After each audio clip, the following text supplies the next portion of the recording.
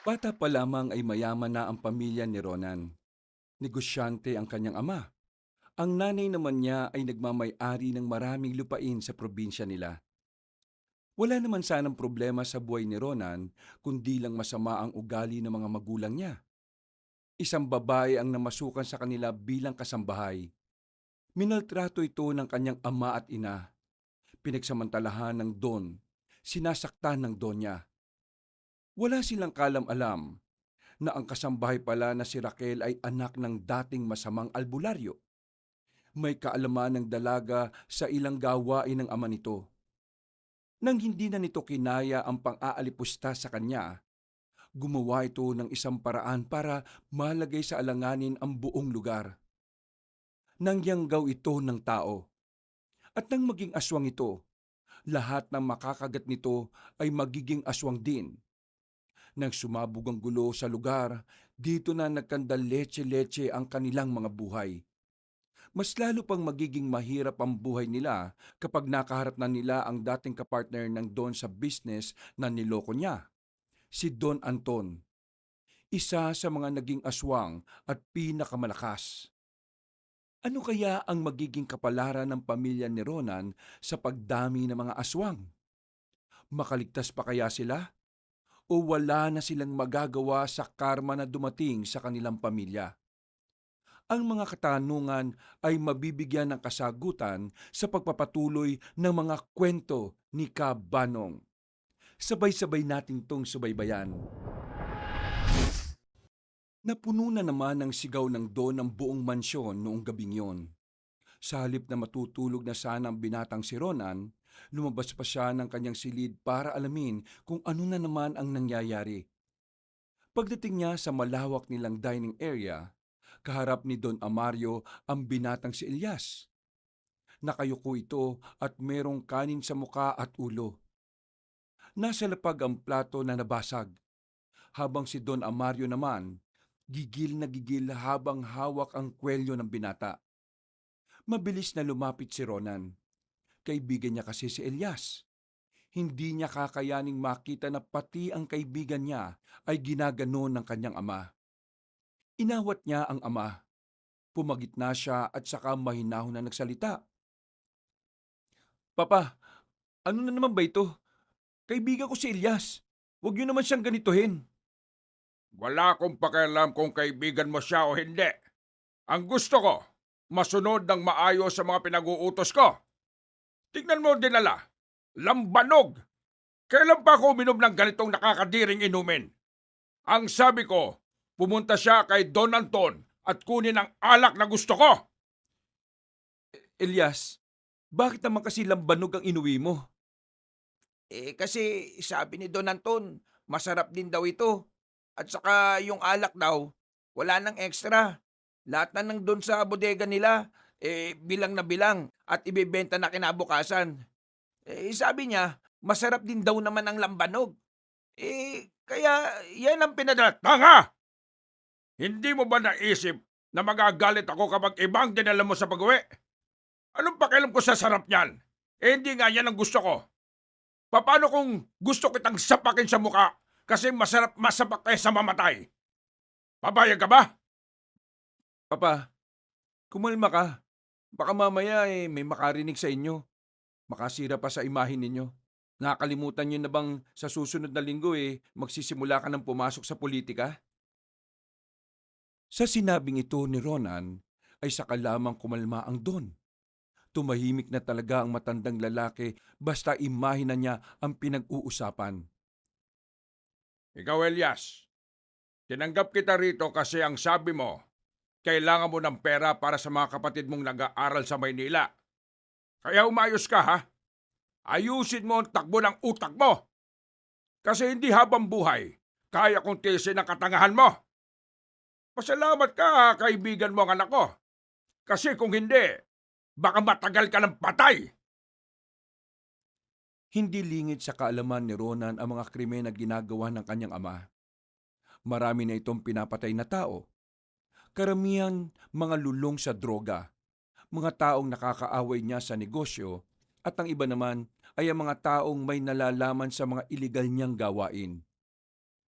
pati na rin mga nakikitaan niya ng pagiging hadlang sa pagkampanya niya sa politika. Nitong nakaraang buwan lang, isang konsehal ang pinatay ng Don dahil yun ang makakalaban sa eleksyon. May tuturing na halang ang kaluluwa ni Don Amario. At walang magawa ang binatang si Ronan doon. Maging siya rin kasi ay hindi naman kayang palagan ang kanyang ama. Alisin mo na sa harap ko yan. Baka masap ako pa yan. Dinala na lamang ni Ronan ang kanyang kaibigan sa sala. Inalis niya ang mga kanin na nagpunta sa buhok at mukha ng kaibigan. Ikaw naman kasi, alam mo namang ugali ni Papa. Sinabi ko naman sa iyo, di ba, nung una pa lang. Kaya dapat, hindi ka pumayag na lambanog ang dalhin mo pa uwi. Buti na lang dumating ako. Sinaktan ka ba? Hindi naman. Ayos lang naman ako. Mali ko rin naman kung bakit nangyari to eh. Sa susunod, hindi na talaga ako gagawa ng sariling desisyon. Kung anong utos niya, yun ang susundin ko. Ay, nako. O sige na, maligo ka na. Matutulog na rin ako. Maaga pa ako bukas eh. Ay, siya nga pala. Pwede ka ba bukas? Eh, Marami kasi akong tatabasin na damo sa kabilang parte ng asyenda. Bakit? Bukas kasi, meron akong pupuntahan. Susunduin ko kasi yung bagong kasambahay namin na isa. Alam mo naman, di ba? Napalayas na yung si Aling Medina. Nagnakaw kasi. Buti nga, pinagbigyan na lang nila papa at mama. Okay, sige. Pwede naman ako bukas eh. Ano bang oras? Pagtapos sa mga gawain ko, siguro mga hapon o gabi na. Taga saan naman ba yung bagong kasambahay? Taga rito lang din sa probinsya natin. Pero kasi hindi niya raw alam kung paano pumunta rito. Isa pa, wala siyang perang pamasahe. O basta, bukas ha. O sige na, tutulog na ako. Umakyat na rin si Ronan sa kanyang silid. Paghiga niya sa kama, kinuha niya ang comics na pinabili lang niya sa bayan. Ang comics na yun ay tungkol sa mga aswang. Nagkaroon kasi siya ng interes sa mga ganoong nilalang mula nang managinip siya tungkol sa mga yon. Bago niya binuksan ng comics, naalala na naman niya ang mga nangyari sa panaginip niya. Nakita niya roon na malalagay daw di umano sa peligro ang buong lugar nila. Kasama na roon ay ang kanilang asyenda. Dahil panaginip lang naman yon, para sa kanya ay hindi naman yon totoo. Katwiran niya nga, laging kabaliktaran ang pangyayari sa mga panaginip. Ganoon pa man, napukaw ng panaginip na yon ang kanyang atensyon. Dahilan para maging interesado na siyang magbasa ng mga may kinalaman sa aswang. Siya lang ang nakakaalam sa ginagawa niya. Dahil sa oras na malaman ito ng kanyang ama, siguradong malilintikan siya. Ayaw kasi ni Don Amario na magbabasa ng kung ano-ano ang binata. Mas gusto ng Don na basahin ito ang mga librong may kinalaman sa pagnenegosyo. Natulog na lamang ang binata sa pagbabasa. Paggising niya ay nakahanda na siya agad para lakarin ang pakikipag-usap sa mga kliyente. Ganito lang lagi ang sistema ng buhay niya. Tumutulong siya sa kanyang mga magulang sa pagpapalago ng kanilang negosyo. Wala na siyang oras para sa sarili niya. Hindi na nga rin niya magawang magsaya o mag-relax man lang. Magagalit kasi ang kanyang ama kapag nakita siyang walang ginagawa. Makalipas sa maghapon, natapos na rin ni Ronan ang lahat ng kanyang gawain. Kasama na niya ngayon ang binatang si Elias. Pre, hindi naman sa nakikialam ako ah. Di ba marami kayong tauhan? Bakit hindi na lang sila ang sumundo kaysa ikaw? Dapat nga nagpapahinga ka na ngayon eh. Ewan ko ba? Ayaw ni Papa na ipagamit ang mga tao niya para lang magsundo sa isang kasambahay. Para sa kanya kasi, hindi worth it na pagsayangan ng oras na sunduin ang mga gaya ni Raquel. Ano? Raquel? Oo, Raquel. Yun ang pangalan ng bago at kukumpleto sa mga kasambahay. Well, ayon sa address na meron ako dito, mukhang malayo-layo yung tirahan ng Raquel. Hindi nga talaga kakayanin kung siya lang ang babiyahe mag-isa. Ang bait mong boss, no? Sana lahat gaya mo. Pasensya ka na kay Papa ha. Kung ako lang naman ang tatanungin, hindi kita ilalagay na alam kong madalas mo siyang makakaharap eh. Pero si Mama kasi ang nag-assign sa iyo eh. Wala naman sa akin yun. Ayos lang sa akin. Huwag mo akong intindihin, no? Masasanay rin naman ako. O basta, kapag hindi mo na kaya, magsabi ka lang sa akin ha. Tumango na lamang si Elias. Matapos ang usapan ay namayani ang sandaling katahimikan. Napansin kasi nilang dalawa na parang liblib na ang kanilang dinaraanan. Wala na silang nakakasalubong na ibang sasakyan. Kahit na si Ronan na laging umaalis, hindi pamilyar sa daan na yon. Ganito ba talaga kalayo yung bahay nung Raquel? Paano siya nakapag-apply sa inyo? E di sa pamamagitan ng sulat, ako nakatanggap nung nakaraan. Kaya ako pa rin ang mag-aasikaso. Kung sa bagay, wala namang mga technology sa lugar nila siguro. Oo, kaya nga tayo ang pupunta eh. Papatusin na rin natin to. Kasi, ang hirap naman talaga makahanap ng kasambahay ngayon eh. Kahit pumunta ako sa bayan, kapag nalaman nilang sa mansyon maninilbihan, naku, umaayaw sila. Siguro, yung mga nakalis na kasambahay, na ikukwento sa iba kung gaano kahirap manilbihan sa mga magulang mo. Oo nga, kaya nga eh. Buti na lang, hindi ka nagmana sa kanila, no? Ang sabi nga nila, kapag ang dalawang negative pinagsama, positive ang kalalabasan. Sino ba nagsabi niyan? Basta, halos kalahating oras pa ang dumaan, ay narating na rin nila ang isang barangay. Walang supply ng kuryente roon. Tanging malaking gasera lamang sa tapat ng mga pinto ng kabahayan ang nagsisilbing liwanag. Meron silang nilapitan na matandang babae. Nagtanong sila tungkol kay Raquel, pero sa halip na sumagot sa kanila, parang nababahala ang mukha ng matanda at nagmamadaling naglakad. Akala nila natakot lang sa kanila ang matanda dahil ang tatangkad nila. Kaya naman hindi na lang nila yun pinansin at nagpatuloy na lang sa paglalakad. Inisa-isa nilang suriin ang mga bahay na nadadaanan. May mga numero naman yon at base sa address na nakalagay sa papel, numero 13 ang bahay ng dalaga. Ngi, pambira. Hindi pala in order yung mga numero dito. Hindi mo alam kung ano ang simula at saan eh. Hayaan mo na, trip nila yan eh. Tumbukin na lang natin tong daan. Nakakaramdam sila ng pagkailang sa kung paano sila tingnan ng mga tao. Pero hindi na lamang nila pinansin ang mga yon. Si Raquel ang pinunta nila kaya wala silang pakialam sa iba. Tumigil na sila sa isang bahay na merong numero 13. May maliit na bakod sa harapan kaya hindi sila makalapit. Magandang gabi po! Nandiyan po ba si Miss Raquel, pinagbuhatan? Uulitin pa sana ni Rona ng kanyang pagtawag, pero bumukas agad ang bintana. Bumungad sa kanila ang magandang dalaga. Nagtataka nga silang dalawa kung bakit kasambahay ang gusto nitong pasukin. Samantalang pangmodelo naman ang itsura nito. Mas lalo pa silang namangha nang lumabas na ng bahay si Raquel. Maganda kasi ang pangangatawan nito. Nakasuot kasi ito ng simpleng sando at maikling short. Magandang gabi. Sino po kayo? Ako si Ronan. Ito naman si Elias, ang kaibigan ko. Anak ako ni Don Amario at Doña Tanya. Di po ba nagpadala kayo ng sulat sa amin kasi gusto niyong mamasukang kasambahay? Nandito po kami para sunduin ka. Ay, naku, nakakaya. Kayo na pala yan. Hindi ko malang naihanda ang mga gamit ko. Akala ko kasi hindi ako natanggap eh. Ayos lang. Sige na, mag-impake ka na lang muna. Maghihintay na lang kami rito.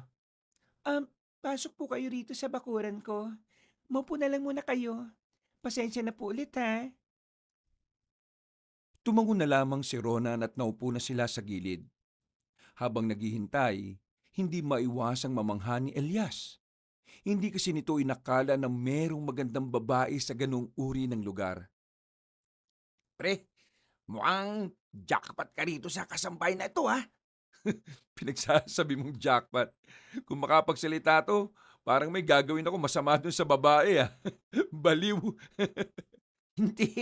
Ang ibig kong sabihin na jackpot, may makikita ka na ring maganda sa mansyon. Eh kung yung dinadaldal mo dyan, binalikan mo yung sasakyan sa bungad para bantayan, di natuwa pa ako. Ito naman, ipapabantay mo din pala sa akin yung sasakyan eh. Sinama mo pa ako dito. Dito na lang ako. Napailing na lamang si Ronan. Sa kanilang paghihintay sa dalaga, patingin-tingin sila sa paligid. Nagmamasid at nakikiramdam. Para kay Ronan, nakakabagot ang manirahan sa ganong klase ng lugar. Para kasing hindi magkakilala ang mga tao. Parang laging takot sa tao at higit sa lahat, napakatahimik ng lugar. Parang mga hindi marunong makihalubilo ang mga ito. Mga ilang sandali lang ay lumabas na rin ng bahay ang dalagang si Raquel. Bitbit na nito ang malaking bag. Agad namang kinuha yun ni Elias. Pasensya na talaga kung hindi ako nakapaganda. Ayos lang. O paano, babiyahin na tayo? Ayos ka na ba? Oo, ayos na ako. Pasensya na talaga ha. Lumabas na sila sa bakuran ng babae. Habang tinatahak nila ang daan, ay nagsasarado ng bintana ang mga kabahayan. Ang mga tao rin sa labas ay nagpapasukan na sa kani-kanilang mga bahay. Pagtataka ang idinulot noon para kay Ronan. Hindi niya kasi alam kung hindi lang talaga sanay ang mga tao o sadyang may kakaiba silang dahilan. Nang makarating na sila ng sasakyan, hindi na rin napigilan ni Ronan ng sarili na magtanong sa dalaga. Kanina pa kasi siya binabagabag ng mga nasa isipan niya. Raquel, matanong ko lang yung mga tao ba rito sa inyo hindi sanay na may dayo? Ah, tungkol sa mga kalugar ko, opo, hindi sila sanay. Dati kasi nagkaroon ng isang pangyayari kaya lahat dito sa amin parang nagkaroon ng trauma. Anong nangyari? May dayo, tapos ng gulo sa amin. May mga baril sila kaya walang nagawa ang mga tao. Ah, katanggap-tanggap naman pala yung dahilan nila. Kahit naman siguro sino matotroma. Pasalamat na lang tayo at hindi nila tayo sinaktan. Raquel, aware ka naman siguro sa papasukan mong trabaho, di ba? Opo, sa katunayan, ito na yung pangalawang beses na mamamasukan ako bilang kasambahay. Ano nangyari dun sa una? Napalayas po ako eh. Kasi nagkagusto po sa akin yung amo kong lalaki. Tapos nagselos yung amo ko pong babae. Kahit naman sino, makakagusto sa'yo eh. Kahit siguro aswang, mahuhumaling kasi ang ganda mo. Ah, aswang? Hindi. Biro lang yon. Speaking of aswang, ma-open ko na rin para habang nasa biyahe tayo, may pinag-uusapan tayo. Naniniwala ka ba sa aswang, Raquel? Sandaling napaisip ang dalaga. Nakailang beses pang tumingin si Ronan sa salamin para makita lang ang dalaga sa likuran. Maya-maya pa ay sumagot na rin ang dalaga sa tila nababahalang tinig.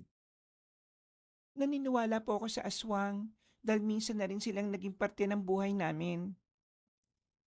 Binagalan ni Ronan ang pagpapatakbo ng sasakyan sa sinabing yun ng dalaga. Naintriga siya rito.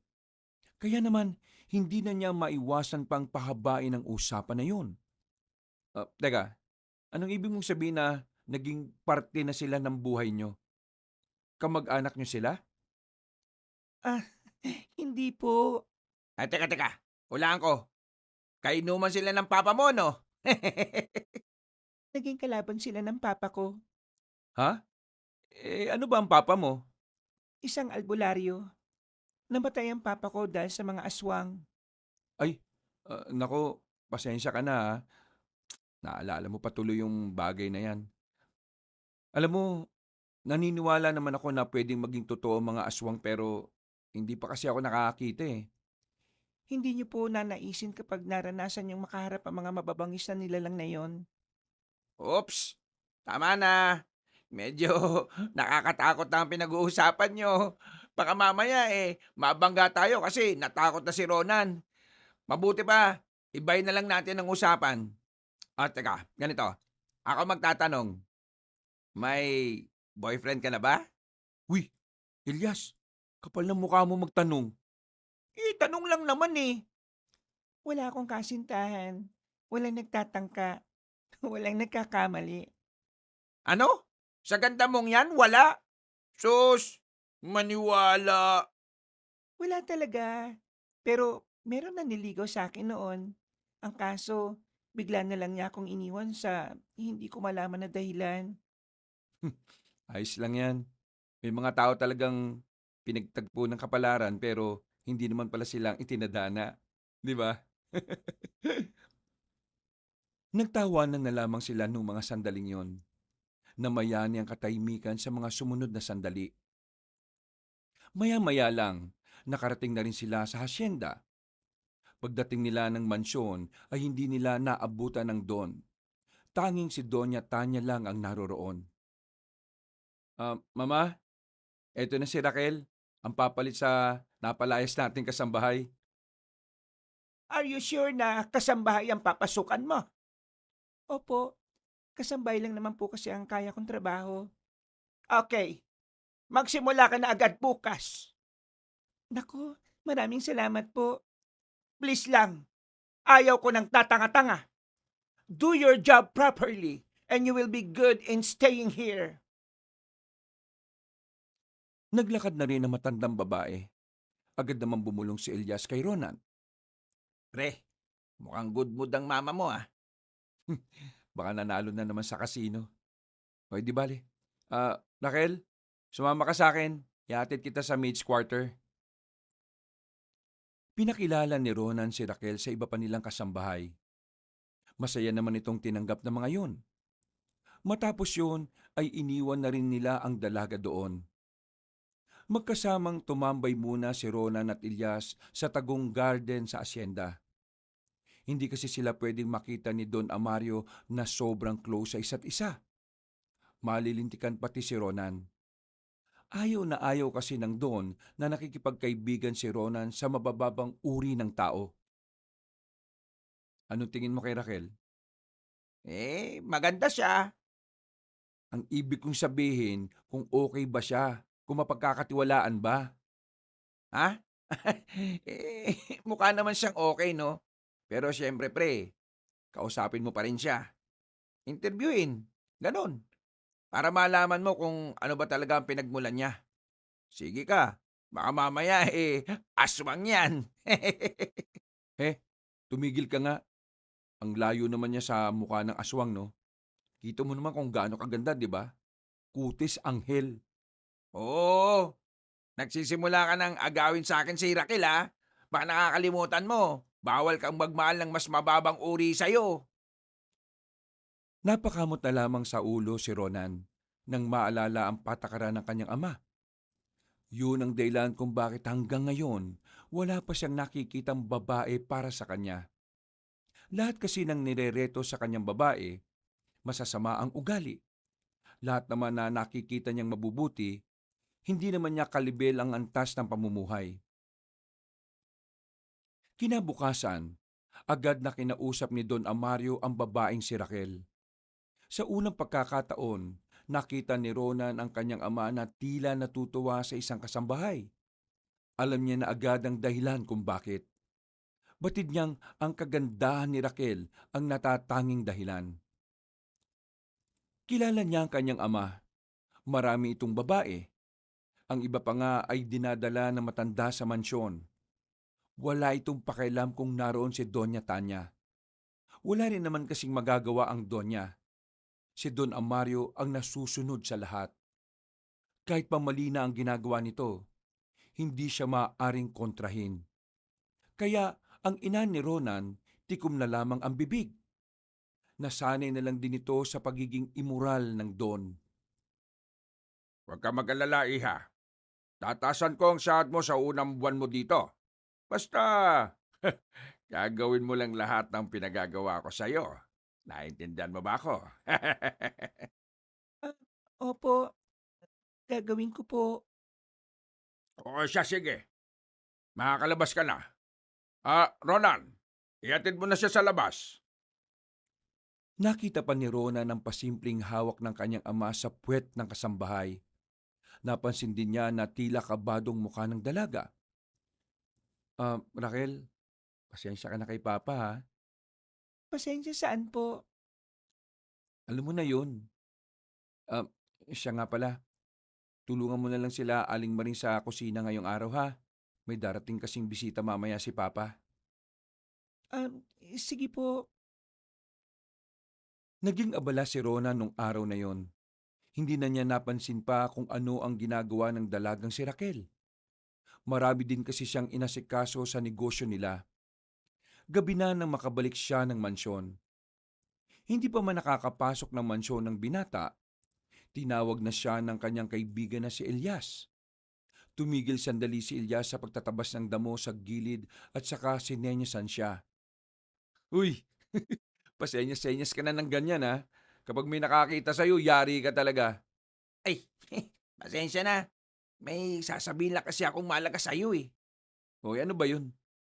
Bilisan mo, nasa loob na si Papa. Kanina kasi, nakita ko si Raquel. Umiiyak. Galing sa opisina ng papa mo. Tingin ko, may ginawang kabulustago na naman yung tatay mo eh. Ay nako, tumigil ka nga. Pinag-iisipan mo ng masama. Pre, alam naman nating dalawa kung anong ugali ni Don Amario. At mas lalong kilala mo ang papa mo. Tingin mo, anong nangyari nung lumabas mula ron si Raquel? Tapos, sira pa ang isang botonis ng damit ha? Hindi na nakapagsalita pa ang binatang si Ronan. Batid niya naman kasing may pinupunto ang kanyang kaibigan. Kaya naman, naisip na rin niya na baka may ginawang hindi maganda ang kanyang ama sa bago nilang kasambahay. Natigil lang ang kanilang usapan nang marinig na nila sa loob na nagsasagutan na ang dalawang matanda. Agad na pumasok si Ronan para pumagitna. Papa, Don Anton, ano ba nangyayari? Bakit kayo nagtataasan ng boses? Hindi ba't kayo naman ang magpartner? Eto kasing papa mo. Masyadong mataas ang tingin sa sarili. Nagbibigay lang naman ako ng opinyon tungkol sa negosyo namin. Hindi niya pinakikinggan. Akala niya tama lahat ng ginagawa niya. Tingnan mo ang nangyari. Bumaba ang sales natin. Dahil sa kanya. Tapos, pati yung problema sa lambanog nung nakaraan isasali niya pa ngayon. Kung ayaw mong sumunod sa mga sinasabi ko, edi magkaalasa na tayo. Hindi kita kailangan, Anton. Kaya kong palaguin ang negosyo ko ng ako lang. Masyado ka lang pabigat sa akin eh. Aba, talaga? Abay, bahala ka na sa buhay mo. Sana maging successful ka sa buhay mo. Lumayas ka rito bago pa kita mabaril. Alis talaga ako rito. Padabog na tumayo ang matandang si Anton. Minura pa nga ito ni Don Amario. Gigil na gigil ang ama ni Ronan. Binasag pa nito ang flower vase sa lamesa. Ronan, kontakin mo nga si Rigor. Bakit papa? Anong gagawin nyo? Wala ka ng pakialam. Kontakin mo. Sabihin mo, pumunta siya rito. Ngayon din. Pero pa, Buwisit ka. Ayaw mo? Susawiin mo na rin ako? tumayo si Don Amario at hinawakan ng kwelyo ng binata. Hindi na ito nakapagpigil pa. Pinagsasasapak nito ang sariling anak. Maraming suntok ang tinamo ng binata pero hindi niya yun nilabanan. Hinayaan niya lamang yon na maglabas ng galit. Buti na lamang ay dumating si Doña Tanya. Inawat nito ang asawa. Agad naman ding kumala sa matandang lalaki. Ano ba nangyayari? Bakit mo sinasaktan ang anak natin? Napakawalang kwenta kasi ng taong yan. Sinusuway pa ako ngayon. Hoy, kung ganyan ka, baka pati ikaw ipalibing ko ng buhay. Bantayan mo nga sinasabi mo. Anak natin niyang kausap mo. Pasensya na pa. Pero ginagawa ko naman lahat ng makakaya ko para... Huwag ka na magsalita. Lalo lang ako naiirita kapag naririnig ko ang boses mo. Kung ayaw mong kontakin, ako ang gagawa. Visit ang Anton na yan. Tumungo ang Don sa kanyang silid. Nagtagal ito ng halos 2 oras sa opisina nito. Maya-maya, bigla na lang nitong pinatawag ang dalagang si Raquel. Nakita yun ni Ronan. Sinubukan niyang pigilan ng dalaga pero wala itong balak suwayin ng Don. Wag kang tumuloy. Pero sir, kapag hindi ako tumuloy, mapapahamak ka, sir. Ikaw ang sisisihin niya at ikaw ang pagbubuntungan niya. Alam mo naman kung anong mangyayari sa'yo kapag pumasok ka sa opisina niya ngayon, di ba? Ayos lang sa akin, sir. Masasanay rin ako. Ano? Nabubuang ka na ba? Hindi mo deserve to. Halika, kunin mo na lahat ng gamit mo. Hoy! Ano ginagawa mo, Ronan? Talaga bang sinusuway mo ako? Papa, wag ko si Raquel. Mabuting babae ito. Wala siyang ginagawang pagbabay-ari ko na ang babaeng yan. Mula nang pumasok siya rito sa mansyon na ito. Kaya manahimik ka. At baka ikaw pagbuntunan ko ng galit. Sumenyas ang Don sa mga tauhan nito. Agad-agad din namang lumapit ang mga yon. Dalhin niyo ang babaeng yan sa sasakyan. Sir, saan niyo po ako dadalhin? Akala ko ba sa opisina niyo lang? Manahimik ka. Wala kang karapatang magtanong. Sa pilitang dinala ng mga tauhan ni Don Amario ang babae. Walang nagawa si Ronan kundi ang mapahilamos na lamang sa kanyang muka. Tumingin pa ng masama ang kanyang ama at nagbanta. Kung patuloy mo kong kokontrahin, baka mapatay na kita kahit na anak pa kita. Napalunok na lamang si Ronan sa sinabi ng kanyang ama. Nanatili lang siyang nakatayo sa gilid habang pinagmamasdan si Raquel na hila-hila ng mga lalaki. Sinubukan niya namang sundan ng babae, pero pinigilan lang siya ng mga bantay sa labas. Sa mga sandaling yon, nagsimula na mag-alala si Ronan para kay Raquel. Naalala na naman niya kasi ang ginawa ng kanyang ama sa isang babaeng bayaran noon. Dinala ng Don ang babae sa isang bahay na kung saan maraming lalaki ang naroon na takam sa katawan ng isang babae. Yun ang bagay na pinag-aalala ng binata. Kailangan natin masundan si Raquel. Tulungan mo ko. Paano naman kita tutulungan? Ikaw nga hindi makalabas eh. Ako pa kaya? Buisit. Bakit? Ano ba nangyari kay Raquel? Baka pilaan siya ng mga kaibigan ni Papa. Ginagawa ni Papa yun kapag may deal siya ng mga kanegosyo niya eh. Gagi! Napakahayop naman ng papa mo. Walang nagawa ang binatang si Ronan ng mga sandaling yon. Pakiramdam niya ay kasalanan niya ang nangyari. Makalipas lang ang ilang oras, nakita nilang nakabalik na si Raquel. Agad niya yung nilapitan at dinala sa gilid. Tulala ang babae. Kitang-kita sa katawan nito ang ilang pasa. Parang wala na rin ito sa sarili. Raquel, anong ginawa nila sa'yo? Magsabi ka. Marami. Marami sila. Isa-isa sila. Pero sa uli, ang papa mo, mga demonyo, mga dyablo. Pinagsaluan nila ang pagka-inosente ko. Mga dyablo sila. Tumulo ang luha ng babae pero nanatili itong tahimik. Marahang naglakad patungo sa loob ng mansyon. Nanlambot na lamang si Ronan ng mga sandaling yon. Hindi niya matanggap na pati ang inosenteng babae na si Raquel ay pinagsamantalahan ng kanyang ama. Galit na galit si Ronan, pero masaklap ay wala naman siyang magawa. Iniisip niya rin kasi ang kapakanan niya at ng kanyang ina. Natagpuan na lamang niya ang kanyang sarili na nakahiga na sa kama. Tulala rin si Ronan na nakatingin sa kisame. Hindi siya pinatulog ng mga pangyayari. Kinabukasan, dakong 8:00 na siya lumabas ng silid. Agad niyang hinanap si Raquel sa mansyon, pero hindi na niya yon makita pa. Ang sabi ng ibang maid ay hindi raw yon pumasok sa quarter nila. Noong mga sandaling yon, nag-alala na naman si Ronan para sa dalaga. Agad niyang hinanap si Elias. Isinama niya ito para hanapin si Raquel. Pero sa kasamaang palad, wala silang nakita. Hapon na sila nang nakabalik ng mansyon.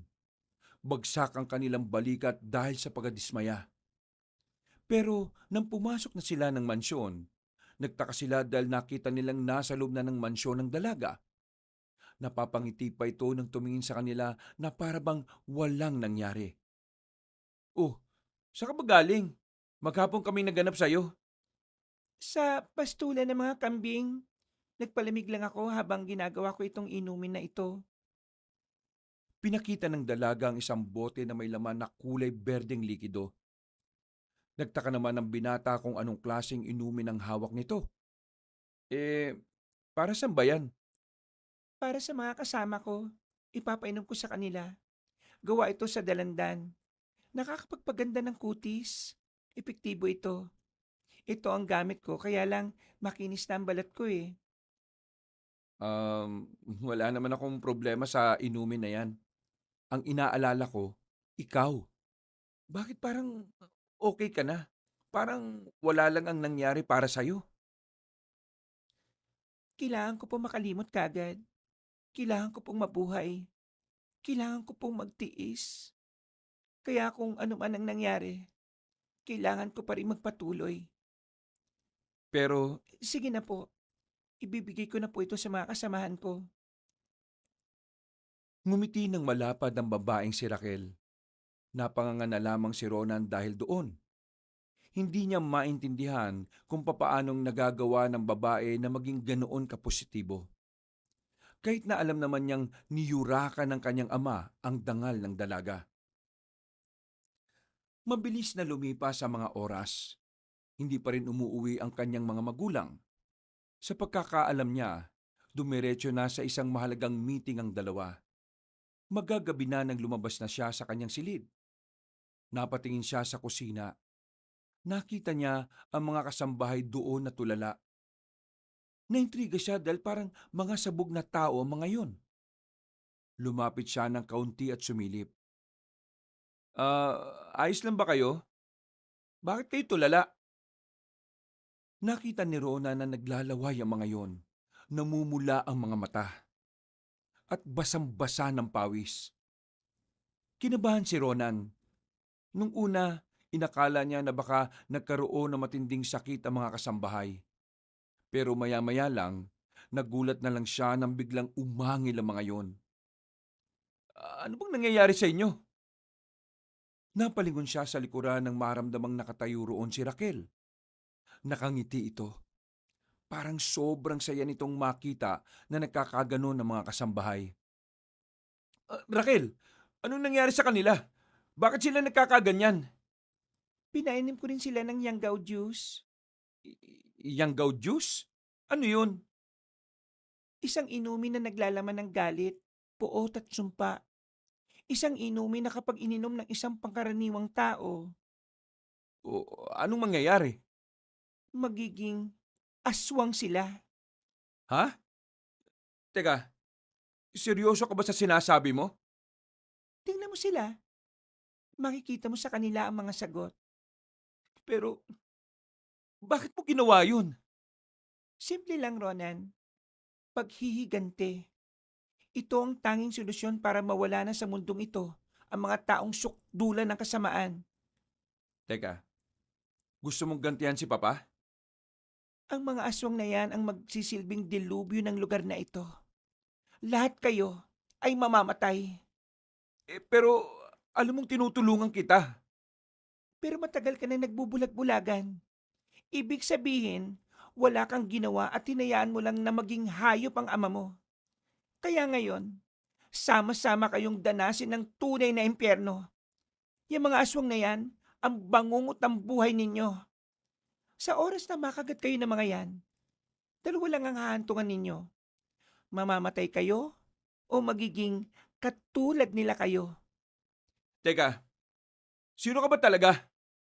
Ako ang anak ng isang albularyong biyasa sa itim na Salamangka. Nagkamali ng kinalaban ng papa mo. Naglakad na lamang palabas ang babaeng si Raquel habang tumatawa ng malakas. Pagtingin ni Ronan sa labas, maging ang mga bantay pala roon ay napainom ng dalaga.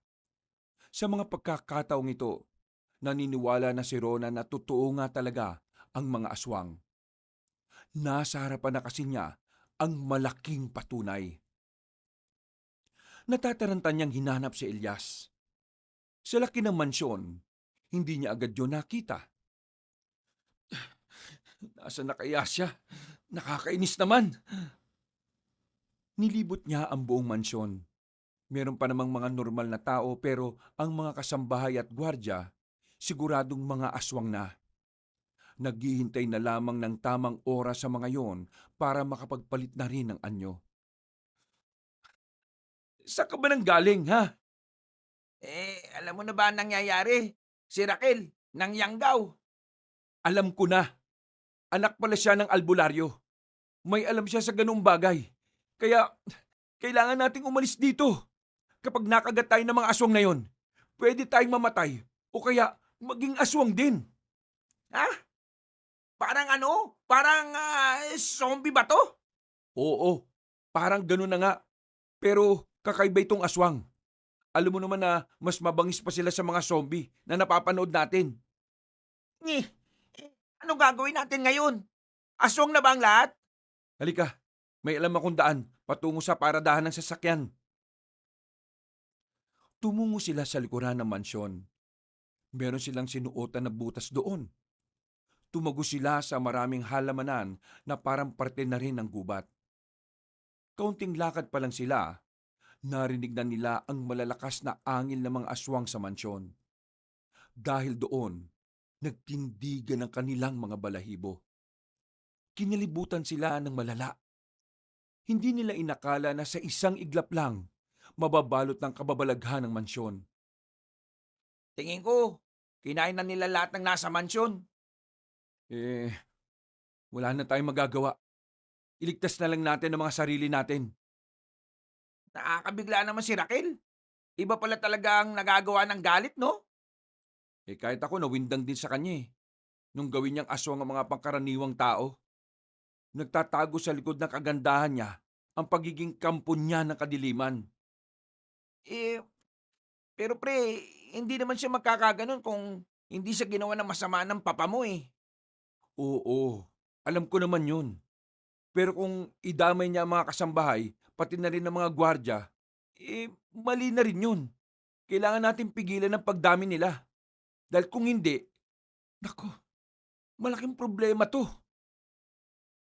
Huminga ng malalim si Ronan. Kahit siya, sumasakit na rin ang ulo niya kung ano ang pwede nilang magawa. Ipinagpatuloy na lamang nila ang paglalakad. Malaki ang asyenda kaya kampante sila na walang aswang ang makakakita sa kanila. Ayun na, bilisan mo! Teka, sandali! Tingnan mo oh! Wisit! Nakita nila ang isang lalaki na nakatuntong sa ibabaw ng sasakyan. Nakadapa ito at palingon-lingon sa gilid. Nako, aswang na rin yata yun. Kailangan natin makalapit doon. May susi ka ba ng mga sasakyan na yan? Yung kulay pula, sasakyan ko yun. Dali dun! Doon tayo dumaan sa gilid! Gaya ng itinuro ni Elias, gumilid lang sila para hindi sila makita ng aswang na nasa ibabaw ng sasakyan. Doble ang kanilang pag-iingat, wag lamang silang maramdaman ng nilalang na yon. Makalipas lang ng ilang minuto, nakarating na rin sila sa paradahan ng mga sasakyan. Abot kamay na nila ang pulang sasakyan. Gumapang sila palapit doon. Pero laking gulat nila nang biglang nasa harapan na nila ang lalaking aswang. Dahil sa poste ng ilaw, nakita nila ang mukha ng nilalang. Matatalas ang ngipin nito, mahaba rin ang kuko, at ang mga mata nito ay pulang-pula. Ha? Nako! Biglang lumundag kay Elias ang lalaking aswang. Pilit nitong inaabot ng kagat ang kanyang leeg. Buti na lamang ay nakadampot ng bato si Ronan. Pinalo niya sa ulo ang aswang. Dahil doon, nahila na niya si Elias patayo. Ang aswang naman ay sandaling nakaramdam ng pagkahilo.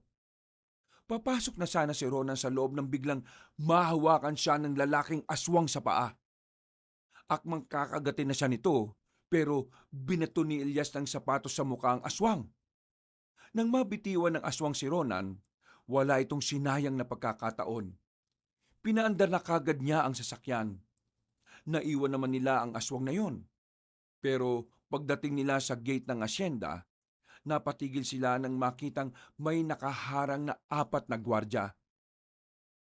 Grabe! Ganun kabilis na naging aswang ang mga ito rito? Sabi mo, di ba kapag kinagat sila, nagiging aswang na sila? Yun ang sinabi ni Raquel. Pero Elias, humanda ka. Huwag mong sabihin, babanggain mo ang mga yan. Biglang pinarurot ni Rona ng sasakyan. Sasagasaan niya ang 4 na aswang, pero naggulat sila nang lumundag lang yon ng mataas. 2 sa mga yon ay nakakapit sa bubungan nila. Binasag ang salamin sa bandang likuran. Elias, sapakin mo! Ha? Sapakin? Nako, baka makagat ako niyan, no?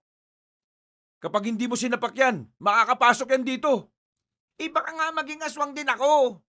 Marunong ka bang magmaneho? Ako dyan. Hindi ako marunong magmaneho. Ay nako, bisit ka talaga oh. Nagpreno na lamang ng malakas si Ronan. Tumilapo ng 2 aswang sa harapan. Nang makabuelo ay sinagasaan niya rin yon. Pero bumangon lang ulit ang aswang. At sa pagkakataong yon, hindi na nakahabol ang mga aswang dahil sa panghihina nila. Buhay pa rin sila kahit na sinagasaan. Pambira naman, oh. Hindi pa natin alam kung anong mabisang pangontra sa kanila. Sa ngayon, kailangan na muna natin iligtas ang sarili natin. Nakahinga na rin sila ng maluwag na makalayo na rin sila sa asyenda. Hindi nila alam kung saan sila pupunta. Ang nasa isip lang nila ay makalayo at ang makaiwas sa panganib na dala ng mga aswang. Nang may madaanan silang isang barangay, tumigil sila sa gilid. Albularyo. Kailangan natin makahanap ng albularyo. Base sa comics na binabasa ko, albularyo lang talaga makakatalo sa mga aswang. Bakit? May superpowers ba ang mga albularyo? Hindi ko alam. Pero may mga tinatawag silang anting-anting. Baka matulungan nila tayo. Dito sa barangay na ito, tingnan natin kung may albularyo. Tiningnan na muna nila ang paligid bago sila bumaba. Nang makita nilang wala namang aswang, kampante silang lumabas ng sasakyan. Pagpasok nila sa lugar na yon, nagtanong agad sila sa isang matandang lalaki na nakita nila sa gilid. Magandang gabi po. Pasensya na po sa abala. Magtatanong lang po kami. Meron po ba kayong kilala na albularyo? Tumigil ang matandang lalaki sa ginagawa nito at tumingin ng seryoso sa kanila. Hindi ito nagsasalita, pero itinuro lang ng matanda ang direksyon. Matapos magpasalamat, diretso lang silang naglakad. Ilang minuto lang ay nakarating na rin sila sa tapat ng isang bakuran. May nakita silang binata at batang lalaki doon. Nasa harapan ng salangan at parang may inilalaga sila. Napatingin sa kanila ang binata at batang lalaki. Tumigil yon at lumapit sa kanila. Sino kayo? At anong kailangan nyo? Ako si Ronan. Ito naman si Elias. Nandito kami para humingi sana ng tulong. May albularyo ba na nakatira dito? O anong kailangan mo sa albularyo? Okay lang ba na sagutin mo muna yung unang tanong bago ka magtanong? Kayo ang may kailangan. Kayo ang mag-adjust. Anong kailangan nyo sa albularyo? Ganito kasi no. May kasambahay kaming bago. Tapos, itong kasambahay namin, nagawan siya ng masama ng tatay ko. Tapos, nagiganti siya. Meron siyang pinainom na kulay green na tubig eh. Sabi niya, yanggaw juice daw ang tawag doon. Pinainom niya yung mga kapwa niya kasambahay, pati na rin yung mga gwardiya namin. Tapos, nagulat na lang kami. Naglalaway na yung mga yun. Sabi ng kasambahay namin, naging aswang na raw ang mga yun. Ang kinatatakot ko lang ay ang sinabi niya. Kung sino raw ang makagat ng aswang, pwedeng mamatay, pero pwede rin maging aswang din. Sa sinabing yun ni Ronan, nakita niya ang pagbabago ng reaksyon ng lalaking kaharap niya. Binuksan nito ang kahoy na gate at sinenyasan silang pumasok. Sumunod naman sila at naupo sa gilid ng salangan. Sinasabi niyong isang yanggaw ang nangyari at ang makakagat ng biktima magiging panibagong aswang? Pwede ko bang malaman kung sino o ano ang pangalan ng taong gumawa nun? Siya si Raquel. Sinundo namin siya sa isang liblib na lugar na kahit supply ng kuryente wala. Ang sabi niya sa amin, anak daw siya ng isang itim na albularyo na biyasa sa paggamit ng itim na mahika. Kaya siguro may alam din siya. Nagkatinginan ng binata at ang batang lalaki. Para bang nag-uusap ang dalawa, gamit lang ang kanilang tinginan. Nasan ba yung albularyo? Kaming dalawa ang hinahanap niyo. Ako si Odong at itong pinsan ko naman ay si Sebastian. Kayo yung albularyo? Sigurado ba kayo? O bakit? Iniisip mo ba na ang mga albularyo ay lagi matatanda? Ha? Oo. Parang gano'n na nga. Kami ang kinikilalang albularyo sa lugar na ito. Kaya kami ang makakatulong sa inyo. Eto, sure na bata lang to? Ano bang mahalaga sa inyo? Ang edad namin o ang aswang na nag-aasik ng lagim sa inyo? Teka, pasensya ka na sa kasama ko kasi makulit lang talaga yan. Pero matutulungan niyo ba kami sa problema namin? Nag-aalala kasi ako na baka yung mga aswang na naroon ay lumabas na ng asyenda. Tapos, bigla na lang silang magasik ng lagim sa ibang lugar. Padami sila ng padami kung ganun nga ang mangyayari. Sa totoo lang, ngayon lang ako nakarinig na may aswang na kayang gawing aswang ang isang tao gamit lang ang kagat niya. Pero nandyan na yan. Tungkulin din namin na lumaban sa mga aswang. Matutulungan po namin kayo. Dalhin nyo kami sa asyenda na sinasabi ninyo. Hindi ba parang delikado? Baka mamaya ang dami ng aswang doon. Kailangan namin makaharap ang mga aswang na yun para malaman namin kung anong uri sila. O siya, sige. Sasamahan namin kayo pabalik. Pero ito lang ang masasabi ko ha. Hindi ko sigurado kung anong may tutulong namin kapag naglaban-laban na kayo. Baka manood lang kami. Kumuha si Sebastian ng dalawang itak at inabot yon kay Ronan at Ilyas. Nagtataka naman nilang tinanggap yon. Teka, ano to? Ngayon lang po ba kayo nakakita ng itak? Magiging sandatan nyo yan laban sa mga aswang. Hindi pwedeng wala kayong gawin. Kapag tumunga nga lang kayo ron, baka mauna pa kayo mamatay.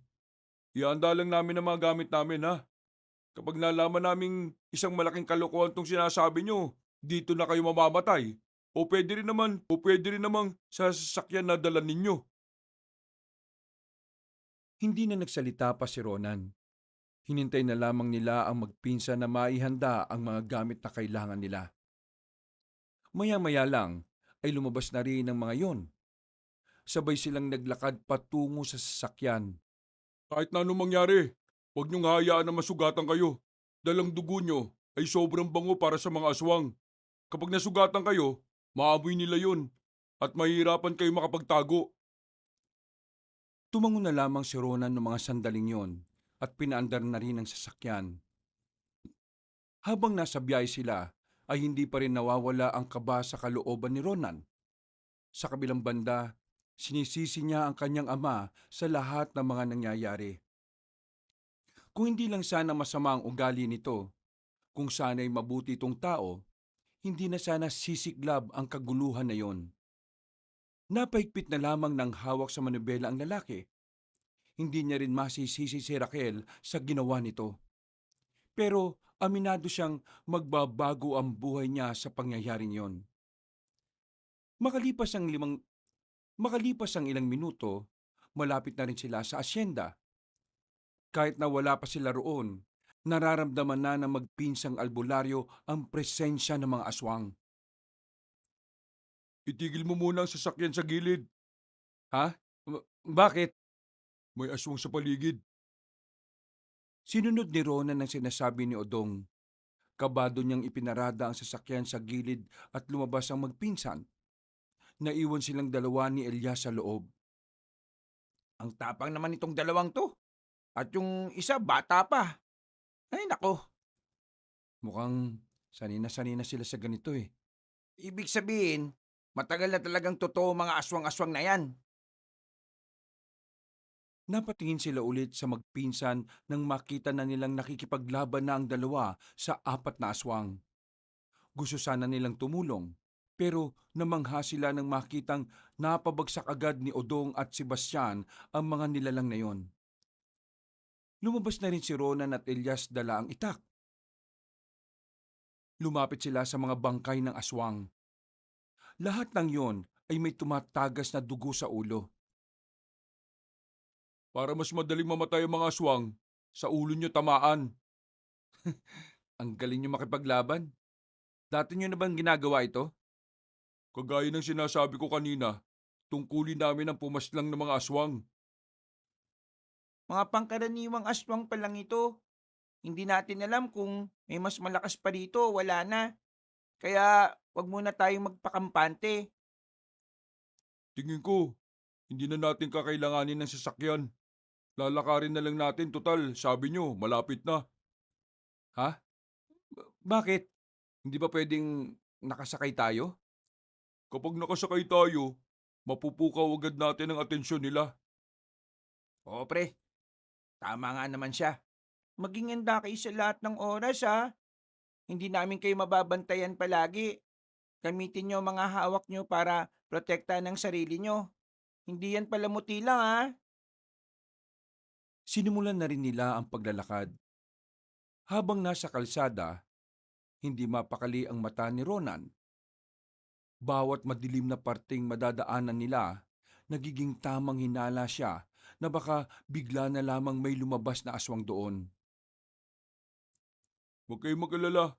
Sasabihin naman namin sa inyo kapag may mga aswang na sa paligid. Pambihira naman oh. Pwede naman palang ganun, hindi mo pa sinabi kaagad. Hindi ka naman nagtatanong eh. Sandali, nandyan na sila. Mabilis silang gumilid para makapagtago.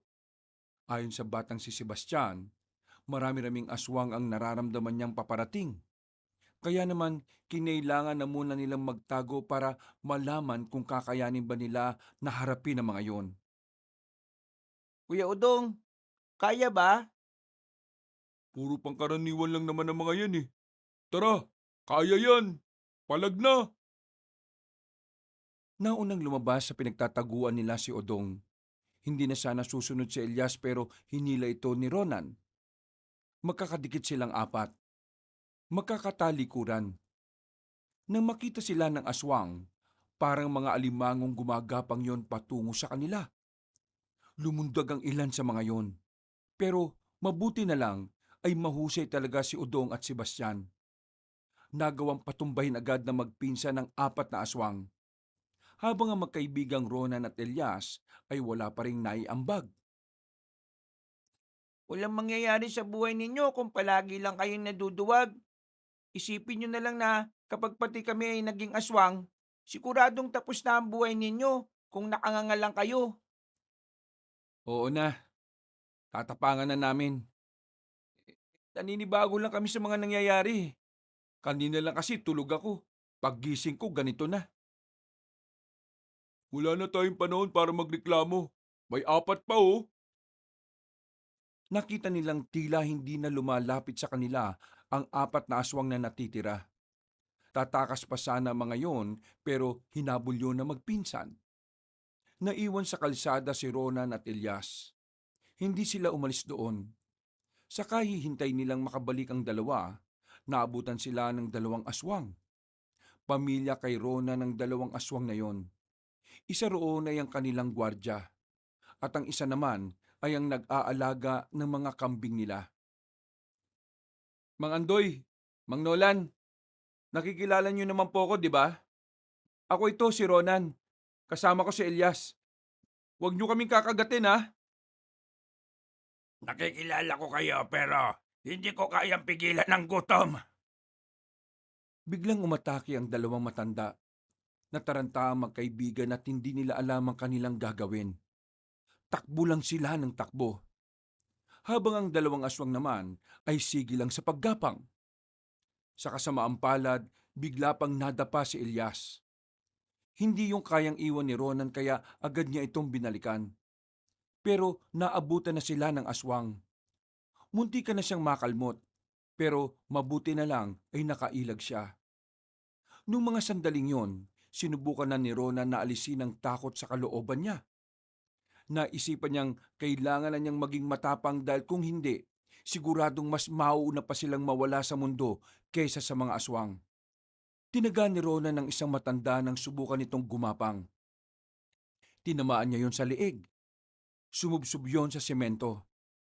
Habang ang isang aswang naman ay gigil na lumapit sa kanila. Tumayo ka na dyan! Pambira ka naman, oh! Biglang tumalo ng isang aswang.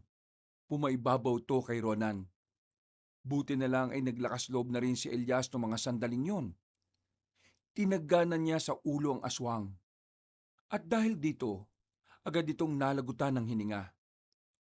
Humihinga pa ang isang aswang sa gilid habang nakahawak ito sa gilid na may tagas ng dugo. Nilapitan yun ni Ronan.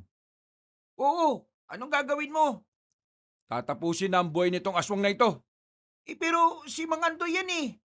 Hindi na si Mang Andoy yan. Isa na siyang nilalang na magiging salot sa lipunan. Kaya kailangan na niyang mawala. Mang Andoy, pasensya ka na pero kailangan namin itong gawin. Pumikit na lamang si Elias nang tagain ni Ronan sa ulo ang matandang aswang.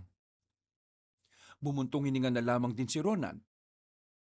Kahit kasi kinaya niyang gawin yon sa matanda, hindi may kakaila na masakit din sa kalooban niya ang ginawa niya. Madalas niya kasing nakakausap si Mang Andoy noon, pero wala na siyang magagawa. Kaysa sila ang mapaslang na matanda, ililigtas na nila ang kanilang sarili. Ang pangyayaring yon ay nag-iwan ng isang nakakalungkot na kaisipan sa kanilang dalawa. Bigla na lamang pumasok sa isipan ni Ronan na kung sakaling ang kanyang mga magulang ang makalaban nila, ano ang gagawin niya sa mga oras na yon? Ano? Handa ka bang gawin yan sa mga taong minamahal mo? Sakaling maging aswang din sila. Kung ano makakabuti sa lahat hindi yun ang gagawin natin. E paano kapag ako nakagat at naging aswang? Papatayin mo ba ako? Nako, tigilan mo na nga yung kakatanong ng ganyan. Baka mamaya mangyari pa yan, sige ka. Bumalik sila sa kanilang pinanggalingan at naabutan nilang naroon na si Odong at si Sebastian. Walang kagalos-galos ang dalawa. Tila ba hindi nahirapan ng magpinsan sa mga kinakalaban nila. Nakakapagsalita ang mga aswang. May emosyon. Nakakaintindi sila.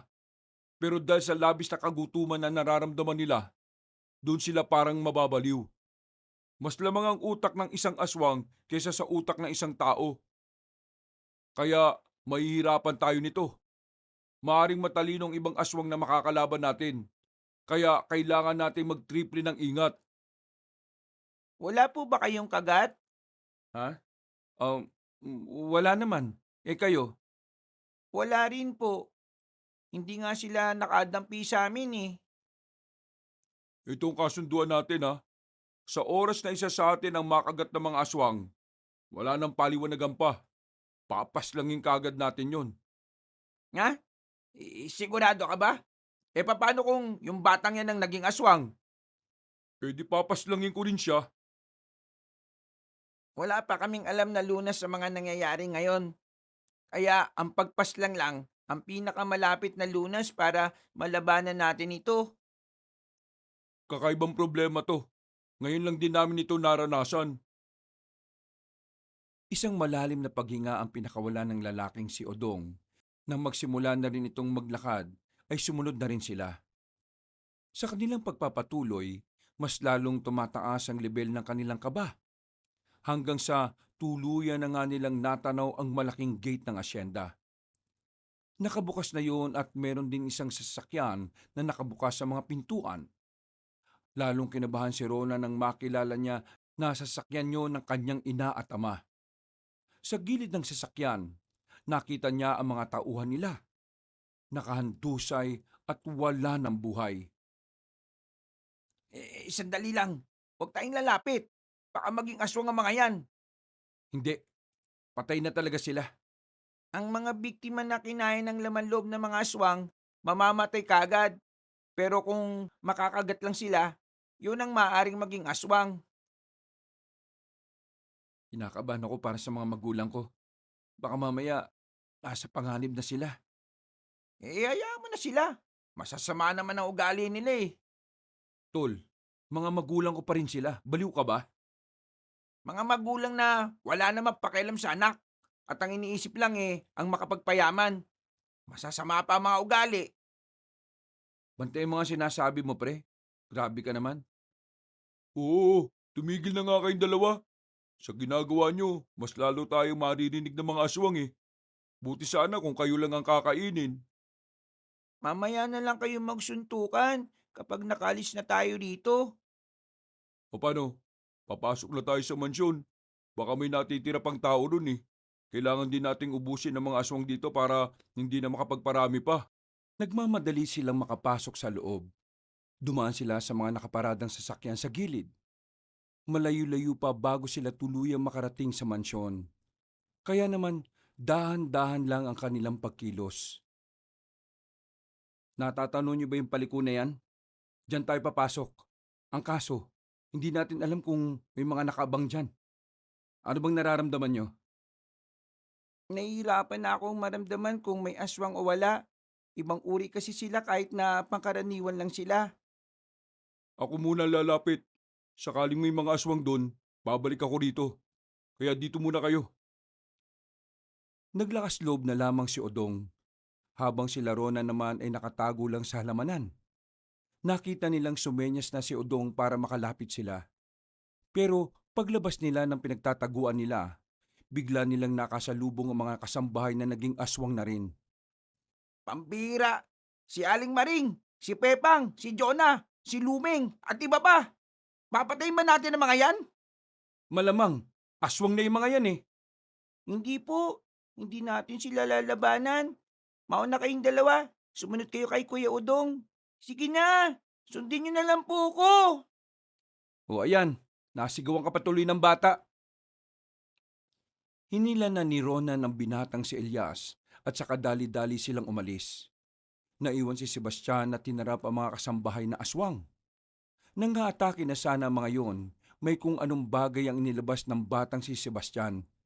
Sumabog yon sa harapan ng mga aswang. Lumika ito ng makapal na usok, dahilan para pansamantalang hindi makakita ang mga aswang. Dahil doon, ay nakasunod na rin si Sebastian sa kanila. Muli silang gumilid ng matanaw na nila ang mansyon. Hanep, ang galing mo talaga ha. Kaya nyo rin pong gawin yun. Basta gagamit lang kayo ng kaunting utak. Sus, yabang. Oh, huwag kayo maingay. Sandali silang nagmasid doon. Wala silang nakikitang aswang sa labas. Pero nababahala sila na baka nasa loob ang mga yon. Bukod kasi sa mga kasambahay, marami-rami pa rin ang mga tauhan doon. Naroon ang mga gwardya, mga hardinero at ilang pang tauhan ni Don Amario. Sandali, may naisip akong paraan para mapalabas sa mga aswang na nasa loob kung meron man. Bakit pa kasi tayo nagpunta rito?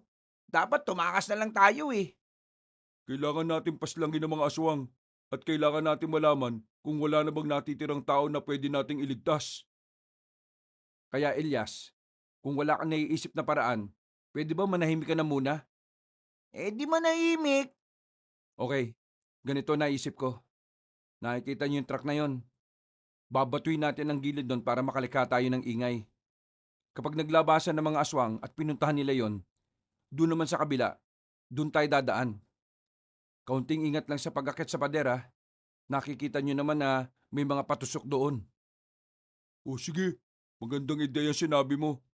Sensitibo sa ingay ang mga aswang eh.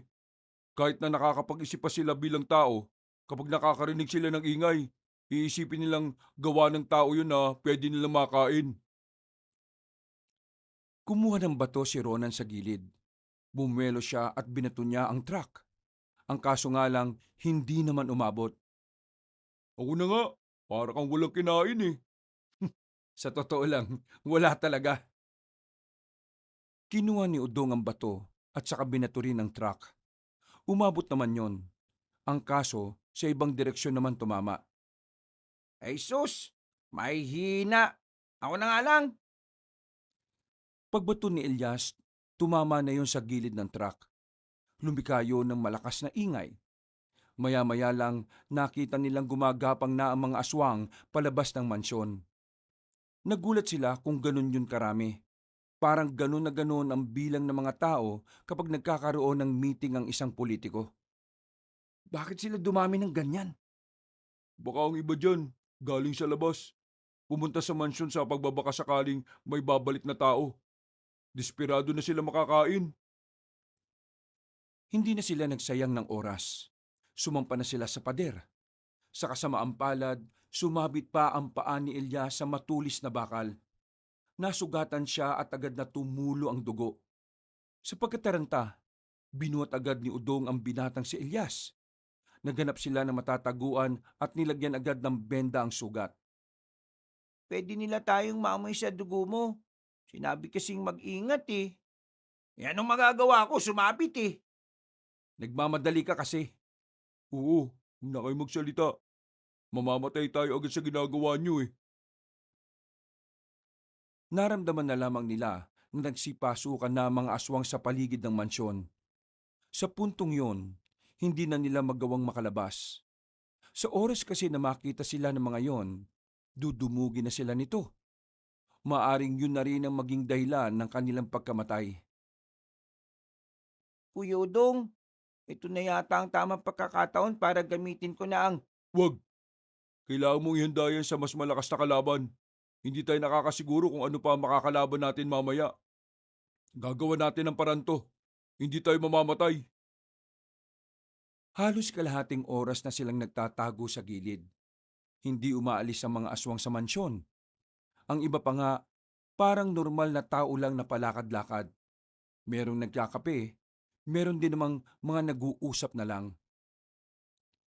Nilalamok na sila sa kanilang pinagtataguan pero hindi nila magawang lumabas. Kaya naman umisip ulit si Rona ng paraan. Naganap ulit siya ng bato. Sakto naman na meron siyang nakita sa may gilid. Kinuha niya yun at binato sa labas. Pero hindi niya natamaan ng truck dahil masyado na itong malayo. Naubos na ang lahat ng bato na nakuha niya pero bigo pa rin siya. Kaya naman si Udong na ang kikilos para makaalis na sila roon. Magpapakita ako sa kanila. delikadong iniisip mo. Masyado silang marami. May naisip akong paraan. Kung di kaya, wag ipilit ha. Baka ikamatay mo pa yan, pre. Akong bala. Kaya ko sila. Natigil ang sinasabi ni Udong nang may marinig silang tinig ng isang matandang lalaki.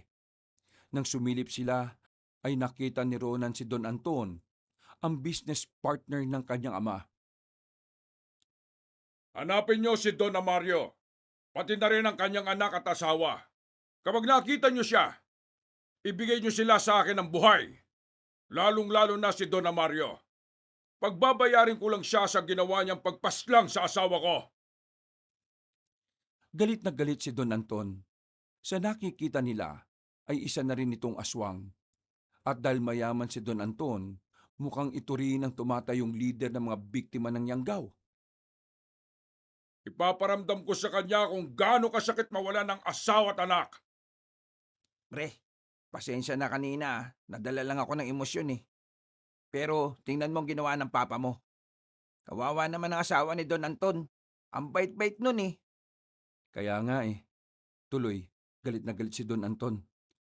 Dahil sa galit niya, baka pinili na lang din niyang maging aswang. Hindi ko na magagawa ang pinaplano ko. Oh, bakit? Ano bang balak natin? Dito na lang tayo? Makikita nila tayo dito. Meron ako naisip na paraan, pero hindi ko alam kung magiging epektibo ito. Ano bang inisip mo? Kailangan dalawa sa atin ang lumabas dito at magpanggap na aswang. Ha? Paano naman natin magagawa yun?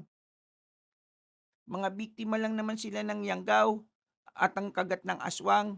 Hindi sila mga natural na aswang. Kaya mahina ang pangamoy nila para tukuyin kung aswang ang kaharap nila o hindi. Malakas lang ang pangamoy nila sa dugo. Ako at si Kuya Udong ang magpapanggap na aswang. Kayong dalawa, papasok kayo sa loob ng mansyon. Malakas ang pakiramdam ko na meron pang buhay sa loob eh. Kailangan nyo silang hanapin. Kami na ang bahalang kumausap sa kanila para mapabagal ang paghahanap nila. Sige, sangayon ako sa naisip mong ideya, Sebastian. Hawakan nyo na muna itong mga gamit namin. Yung sandata namin, iwan nyo na lang dito para madali namin makuha kapag nabulilyaso. Teka, sigurado ka bang ayos lang kayo sa ganyan? Nag-aalala ako sa inyo eh. Wala naman po tayong pagpipilian eh. Kailangan mapula mga mata natin. Walang problema. Kusutin lang natin ng 5 minuto mga mata natin, pupula na yan eh. Tapos, umarte na lang tayong naglalaway. Makinig kayong dalawa ha. Gagawa kami ng eksena ni Kuya Udong tapos kayo, didiretso kayo ron. Naintindihan nyo ba? Okay, boss. Sige, mag-iingat kayo ah. Hinintay na muna ni Ronan at Elias na mamula ang mga mata ng dalawa. Nang lumabas na ang magpinsan, nagkunwaring nag-aaway ang dalawa dahil sa isang pagkain. Napukaw nila ang atensyon ng mga aswang sa harapan. Nandun si Don Anton kaya napatingin din sa kanila. Habang si Ronan at Elias naman ay nagsimula na ring umalis. Dahil sa eksenang ginawa ng magpinsan, walang nakapansin sa kanilang dalawa. Nakapasok sila sa back door ng mansyon. Tumingin-tingin muna sila sa loob kung merong tao. Nakita nila sa sahigang ilang tauhan ni Don Amario na nakahandusay. Nakabuka pa ang mga tiyan. Mga taong hindi na naging aswang dahil mas piniling maging hapunan ng mga nilalang. Pre, ano bang gagawin natin dito? Bakit pa tayo nandito? Malakas ang loob kong narito pa si Mama. Nakita mo naman yung sasakyan sa labas, di ba? Pambiraan naman oh. Bakit ba kasi ang bait-bait mo? Binabaliwala ka na nga lang lagi eh. Tapos, ang sama ng ugali ng papa mo. Pero ganyan ka pa rin sa kanila. Ang bait mo. Pre, mabait sa akin si Mama. Wala lang talaga siyang oras sa akin. Kahit siya na lang iligtas natin. Tulungan mo naman ako. Ay nako. Basta si Doña Tanya lang ha. Kapag kasama ang papa mo, bahala ka na dyan. Matapos ang sandaling pag-uusap, umakyat na rin sila sa ikalawang palapag. Agad nilang tinungo ang silid ng mag-asawang Don at Donya. Pero pagbukas nila ng pinto, ay wala naman silang inabutan. Oh, wala. Tara na. Sandali, alam ko na kung nasan sila. Ay, pambihiraan naman oh. Tara na, sumunod ka sa akin. Sigurado ko naroon sila. Eh baka makita tayo ng mga aswang eh. Kulit mo talaga oh. Nauna nang naglakad si Ronan hanggang sa marating na nila ang isang silid na may mga nakadisplay na mga instrumento. Lumapit ang lalaki sa harapan ng isang malaking pader. Ito ang sikretong lugar ng mansyon. Malalaman mo na rin. May pinindot si Ronan sa pader. Mga ilang sandali lang, unti-unting bumakat ang hugis ng isang pinto. Namangha si Elias, pero agad na rin silang pumasok doon. Kung nandito naman pala sila, eh di sana hindi na lang natin sila kinuha. Iligtas naman pala sila rito eh oh. Paano ang pagkain nila? Mamamatay sila rito sa gutom. Hanep, concerned ka pa dyan sa tatay mong siraulo ah. Pwede ba manahimik ka na lang? Sumunod ka na lang sa akin? Ang ingay mo eh. Tumigil sila na marating na nila ang malaking pinto. Huminga ng malalim si Ronan. Dinikit niya ang kanyang tenga sa pintuan. Narinig niyang may nag-uusap sa loob. Walang duda, ang kanyang mga magulang ang naroon. Mama, Papa, buksan niyo ang pinto. Si Ronan to. Mama! Malalakas na katok ang ginawa niya. Ilang sandali lang, bumukas na rin ang pintuan. Nakita niya ang Don at Donya na halata ang pagiging kabado. Niyakap siya agad ng kanyang ina. habang si Don Amario naman ay nakaupo lang sa gilid at sa lubong ang kilay. Ano bang nangyari? Bakit bigla na lang nagkaroon ng halimaw sa mansyon? Yung mga kasambahay, hindi naman sila mga halimaw noon Pero bakit bigla na lang silang naging ganon? Pati na rin ang mga tauhan natin, pati ang mga gwardya. Diyos ko, ano bang nangyayari sa mundo? Mama, kagagawa nito ni Raquel lahat. Si Raquel, ang bagong kasambahay? Oo ma, gumaganti siya sa ginawa ni Papa sa kanya. Pinagsamantalahan niya si Raquel. Hindi pa siya nakontento, dinala niya sa mga kasoso niya sa negosyo at pinilahan nila. Abat si Raulo ka pala eh. Ang lakas mong gumawa ng kwento ha. Hindi ako gumagawa ng kwento, ma. Alam mo na kayang-kayang gawin ni Papa yon dahil nagawa na niya dati. Isa pa, sinabi sa akin ni Raquel bago mangyari ang lahat ng ito. Inabuso mo siya, kaya niya to ginawa. Niyanggaw niya ang mga kasambahay, pati na rin ang mga gwardya. At ngayon, dumadami na ang mga aswang. Dahil kung sino man ang makagat ng aswang, ay magiging aswang na rin. Lahat ng ito ay nangyayari dahil sa kasamaan at kahayupan mo. Abat tarantado ka. Napakawalang modo mo. Bastos! Bakit hindi ka makatugon sa mga sinasabi ko? Kasi totoo. Totoong inabuso mo si Raquel. Pati na rin ang asawa ni Don Anton. Pinatay mo. Napakawalang puso mong tao ka. O hindi na tamang tawagin ka pang tao. Dahil isa kang demonyo. Abat, gusto mo talagang... Tama na, Mario. Tama naman ang anak natin Mula noon hanggang ngayon, masama na talaga ang ugali mo.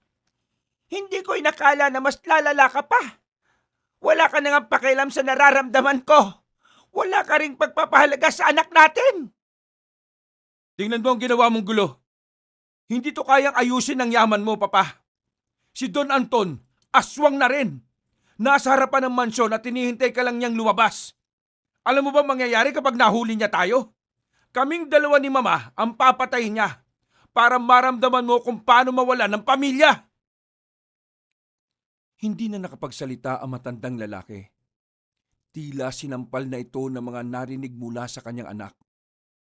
Hindi niya inakala na magagawa na siya nitong pagsalitaan at sigawan. Mama, sumama kayo sa akin. Aalis tayo. Ikaw, bahala ka na sa buhay mo!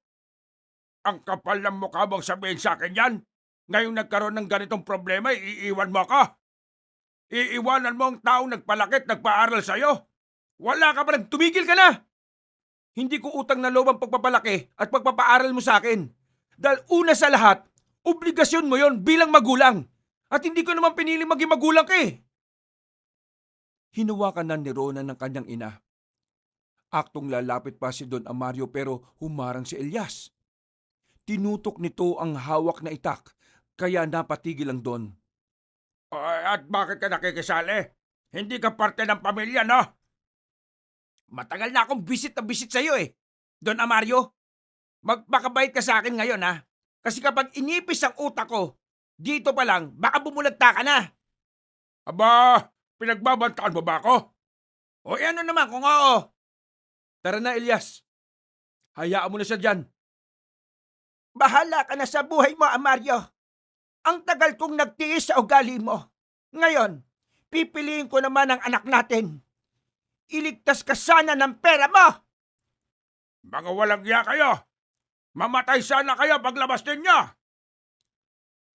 Umalis na rin silang tatlo. Iniwan nga nila ang Don sa silid na yon. Hindi rin naman yon sumunod sa kanila dahil natakot ding lumabas.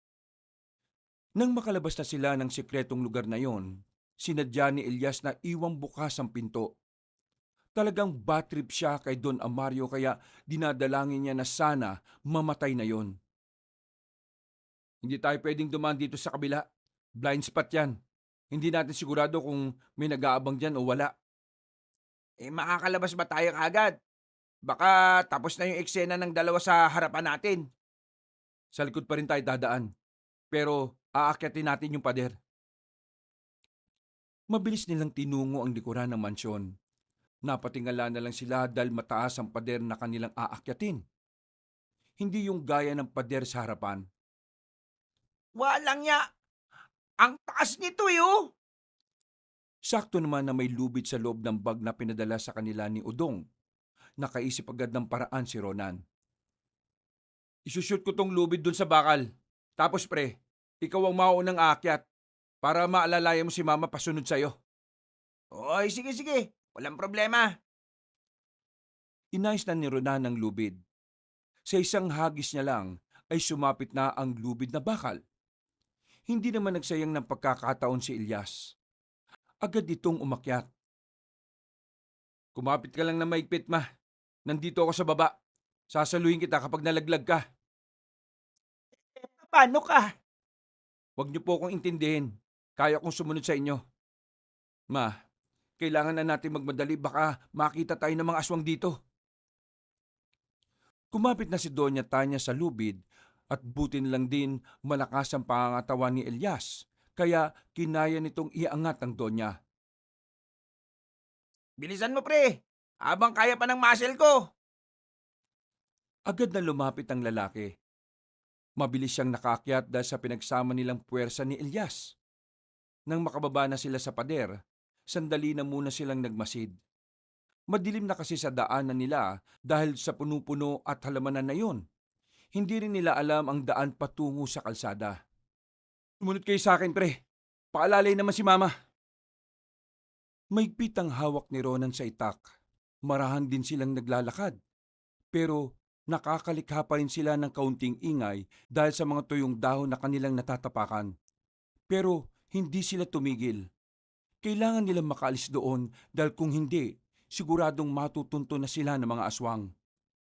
Makalipas lang ang halos 5 minuto, natanaw na rin nila ang liwanag na nagmumula sa poste ng ilaw. Nasa kalsada na sila. Nakita nila ang harapan ng mansyon. Hindi nila matanaw roon ang magpinsang Udong at Sebastian. Yung magpinsan, paano sila? Dito na muna kayo, mama.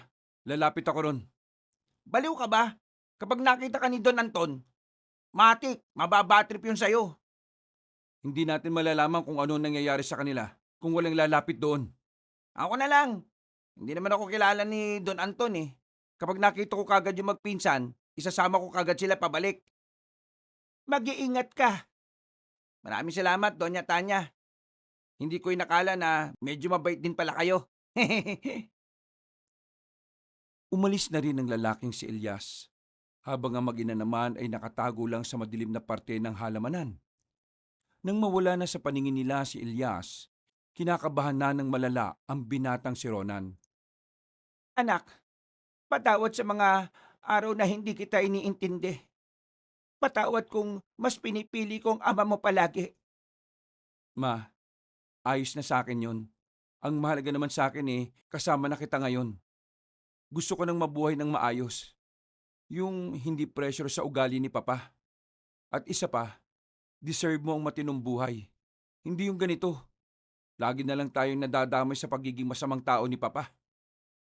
Maraming salamat kasi kahit na nagkukulang ako, hindi mo pa rin ako kinalimutan. Huwag ka mag-alala anak. Kapag natapos na ang problemang ito, babawi ako sa lahat. Makasama lang kita, ma.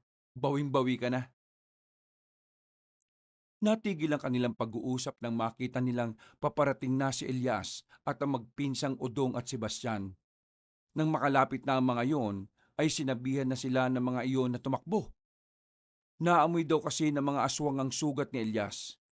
Buti na lang ay nasa loob na ng mansyon ng mga iyon nang mangyari yon. Agad silang nakali sa kanilang kinalalagyan at meron silang pinasukan na bahay. Doon ikinukulong ang mga alagang kambing na malapit ng mga anak. May kambing pa nga sa loob pagpasok nila. Siguraduhin mong nakasarado, Elias. Mahirap na. Nakahinga na rin sila ng maluwag. Hingal na hingal sila lahat. Naupo na lamang sila sa dayami. Mama, si Udong at Sebastian, magpinsan silang dalawa. Sila ang tumutulong sa amin. Mga albularyo sila. Maraming salamat sa inyo.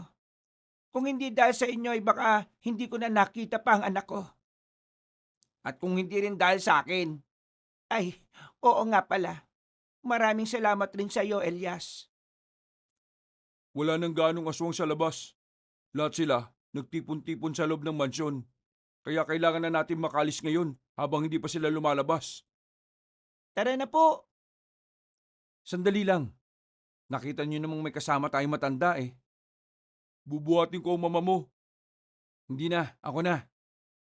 Hindi. Kailangan mo ang lakas mo. Kabisado mo ang asyenda nyo. Kaya ikaw ang mauna. Madam, ayos lang po ba na ipasang kita sa likuran ko? Ayos lang naman. Kung hindi ka naman nahihirapan wala namang problema. Sigurado ka ba, Udong? Oo, kaya ko naman ang mama mo. Malakas pa ako. Wala pa naman akong galos. Tama si Udong, pre. Total, inyo to. Alam mo kung saan mas magandang dumaan. Muli nilang binuksan ang pintuan. Sumilip si Elias sa labas. Nang masiguro nilang walang mga aswang, dali-dali na silang lumabas. Tumungo sila sa gate. Nang makarating na sila roon, agad silang pumasok sa sasakyan ng mga magulang ni Ronan. Buti na lang din ay nadala ni Doña Tanya ang susi. Ang kaso nga lang, nakita nilang flat pala ang gulong ng sasakyan. Hindi rin gumagana ang makina ng subukan nilang paandarin. Nako, ang malas naman oh. Lakarin na lang natin. Balikan natin yung sasakyan natin na iniwan natin sa gilid ng daan. Wala silang sinayang na sandali. Para silang mga natatarantang pusa. Habang tumatakbo sa kalsada, kinakabahan si Ronan noong mga sandaling yon. Kitang-kita kasi sila sa kalsada. At kung sakali mang may makasalubong silang aswang, mahihirapan sila dahil kasama nila si Doña Tanya. Bilis! Bilisan nyo! Natanaw na nila ang sasakyan na iniwan nila.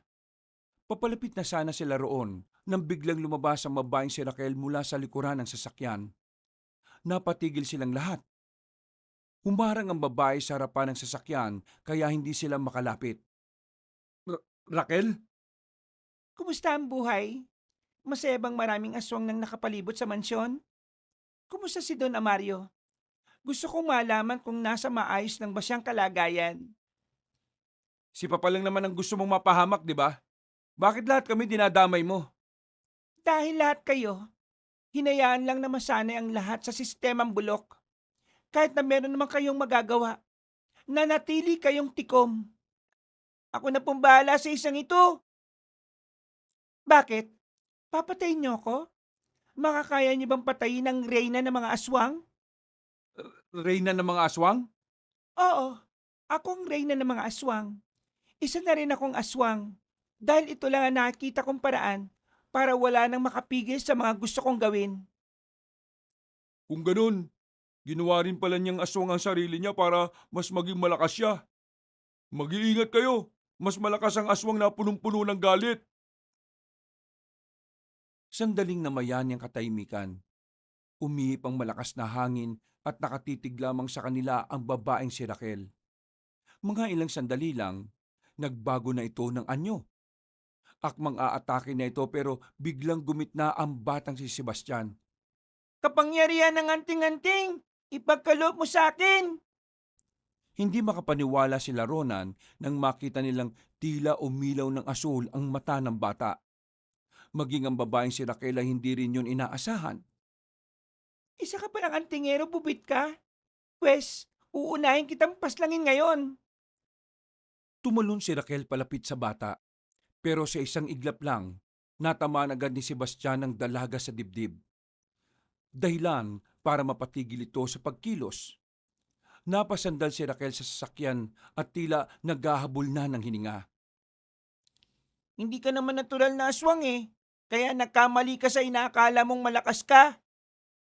Tapusin mo na ang babaeng yan, bago pa yun makapaggasik ng kasamaan niya. Aamba na sana ang batang si Sebastian, pero biglang dumating ang ibang aswang. Kasama na ng mga yon si Don Anton na siyang tumatayong pinuno. Ikaw pala ang dahilan kung bakit kami naging aswang lahat, babae. Napalingon na sila nang maglakad si Don Anton palapit kay Raquel. Sa mga sandaling ito, maging ang magpinsan ay mababakasan na rin ang kaba sa kanilang muka. Hindi na kasi biro ang bilang ng mga aswang. Parang hindi lang sa mansyon nagmumula ang mga yon. Nadamay na rin ang ibang kalapit na maliliit na barangay. Sino ka? Sino ako? Ako lang naman ang isa sa mga biktima ng kalokohan mo. At ngayon, ako na ang tumatayong pinuno ng mga aswang. Maraming salamat sa ginawa mo kasi pakiramdam ko, wala nang makakatapat sa akin. Pero galit pa rin ako sa iyo dahil sinira mo ang buhay naming lahat. Nagulat na lamang sila nang biglang hawakan ni Don Anton ang ulo ng dalaga. Walang pakundangan nitong binali ang liig ng babae. Nabigla silang lahat sa kanilang nakita. Hindi sila makapaniwala na gagawin yon ni Don Anton. Matapos ang eksenang yon, sila naman ang pinagtuunan ng matandang lalaki. Nakakakilabot ang itsura nito. Malayong malayo na ito sa Don Anton na nakilala nila. Doña Tanya, Ronan, mabuti naman at nandito kayong dalawa. Hindi na ako mahihirapang hanapin kayo. Si Don Amario na lang ang kulang para sa family reunion niya. Don Anton, huwag mong gawin ito. Hindi ganito ang pagkakakilala namin sa iyo. At anong dapat kong gawin? Hayaan na lang ang ginawa ng asawa mo sa asawa ko? Ano ko, tanga? Hindi ko palalagpasin ang ginawa niya. Pinatay niya ang asawa ko. Pagbabayarin ko siya sa ginawa niya. Gusto kong maramdaman din niya kung papaano mawalan ng asawa. At para mas masarap, isasabay ko sa iyo ang anak mong yan. Nagmamakawa ko sa iyo, Don Anton. Kung ano man ang problema niyong dalawa ni Amario, pwede bang kayo na lang ang umayos? Manahimik ka! Isa ka ba?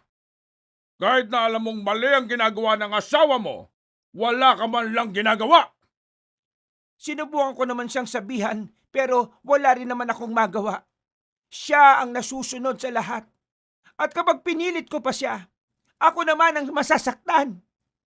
Wala na akong pakialam sa mga sasabihin mo. Wala nang tamang dahilan para sa akin. Dahil ngayon, ang tanging tumatakbo sa isipan ko ay makaganti. Huwag niyo na pong sayangin ang laway niyo sa pakikipag-usap sa kanya. Hindi na siya makakaunawa. Mas nangingibabaw na sa utak niya kung paano mag-isip ang isang aswang. Ihandaan niyo na po ang mga sarili ninyo. Elias, pumasok kayo sa sasakyan kapag nagsimula na ang labanan, ha? Mauna na kayong umalis. Haharapin muna namin tong si Don Anton. Pero anak, Ma, wala na tayong ibang magagawa. Ito na lang. Makinig na lang kayo sa akin.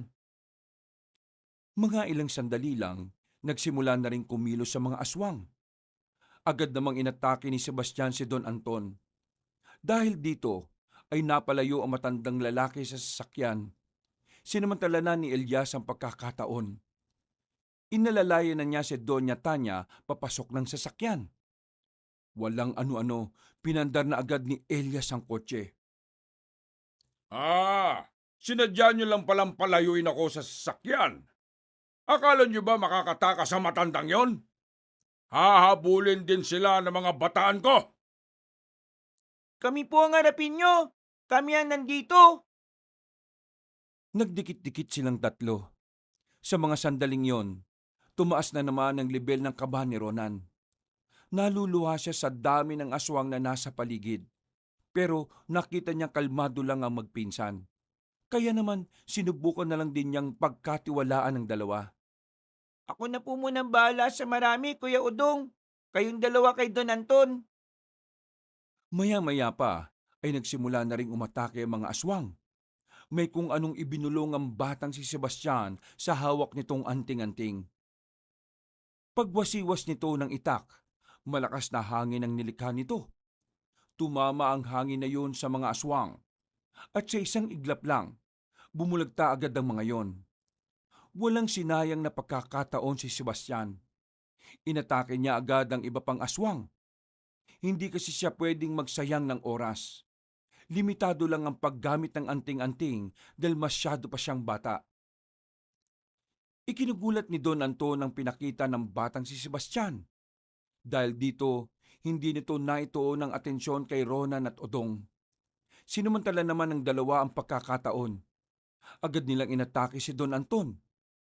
Tinamaan nila agad yon sa katawan. Pero matapos yon, ay agad namang tumalon si Don Anton palayo. gigil na gigil tong tumingin sa kanila. Mga walang iya kayo! Magbabayad kayo sa ginawa ninyo! Habang mag-isang nakikipagbakbakan si Sebastian sa ibang aswang, umatake na rin sa kanila ang Don. Nahawakan agad nito si Udong sa leeg. Pero lumapit din si Ronan para tagain ang matandang lalaki. Ang kaso nga lang, nahawakan din siya nito sa kwelyo. Sabay silang binalibag ng Don sa lapag. Nakatayo naman agad si Udong, pero nanatiling nakaiga pa rin si Ronan sa semento. Akmang tatapakan na sana ni Don Anton ang mukha ni Ronan, biglang lumapit ng mabilis si Sebastian. Hinawakan niya sa dibdib ang Don, sinundan niya pa ng isang hiwa sa hita. Akmang itatarak na sana ni Sebastian ang itak, pero nahawakan niyo ni Don Anton. Ha! Ang lakas ng loob mong musmos ka! Sino ka sa inakala mo? Ako lang naman po ang pinakabatang antingero sa probinsyang ito. Winasiwas ulit ni Sebastian ang itak niya at saka dumistansya na muna. Sa puntong yon, kahit kakaunti na lamang ang aswang na naroon, alam nilang hindi pa rin sila maaaring maging kampante. Alam nilang anumang oras ay maaari silang mamatay. Don Anton, itigil mo na ito! May panahon pa para makapagbagong buhay ka! Sira ulo ka ba? Saan ka nakakita ng aswang na naging mabuti? Ito na ang bagong ako! At masaya ako rito! Parang hindi man lang siya tinablan ng mga hiwa mo, Sebastian. Kailangan kong may tarak sa dibdib niya ang itak na ito. Pero hindi ko alam kung paano. Kahit nasugatan na siya, sobrang lakas pa rin ang pakiramdam niya. O ano? Tapos na ba ang meeting nyo? Gusto ko lang matapos to para mapatay ko niyang si Ronan at ang nanay niyang walang kwenta. Para lumabas na rin sa lungga niya si Don Amario. Nakita na lang nilang nangingisay-ngisay si Don Anton. Nagpapalit na ulit ito ng anyo. Humaba ang binti nito. Ganon din ang mga braso. Mas lumaki ang ibang parte ng katawan nito, lalong-lalo na ang mga kamao. Hindi na malaman na magpinsan kung anong klase ng aswang na ba yon. Ngayon lang din sila nakakita ng ganon. Ilag! Muntikan na silang tamaan nang gumapang palapit sa kanila ang matandang lalaki. Sa puntong ito ay kinilabutan na rin sila. Kahit ang mga aswang na kasama ni Don Anton ay parang natatakot na rin. Hindi na tumutulong ang mga yon. Sebastian, gaano pa katagal? Hindi ko po alam, pero tingin ko malapit na. Ano bang pinag-uusapan nyo? Napatingin si Ronan sa hawak-hawak ng bata. Ang anting-anting. Nakuha na agad ni Ronan ang ibig sabihin ng magpinsan. Mas lalo tuloy siyang kinabahan. Napagtanto niya kasi na sa oras na mawala na ang bisa ng anting-anting, wala na talaga silang pag-asa pang mabuhay. Makalipas pa ang ilang sandali, tinamaan na ni Don Anton ang binatang si Udong. Tumilapon nito. Meron itong malaking hiwa sa braso.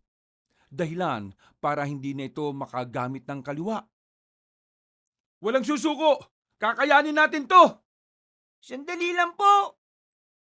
Lumusob ng mag-isa si Ronan. Buong akala niya kapag ginawa niya yon ay masisindak sa kanya si Don Anton. Pero isang malakas na katangahan ng kanyang ginawa.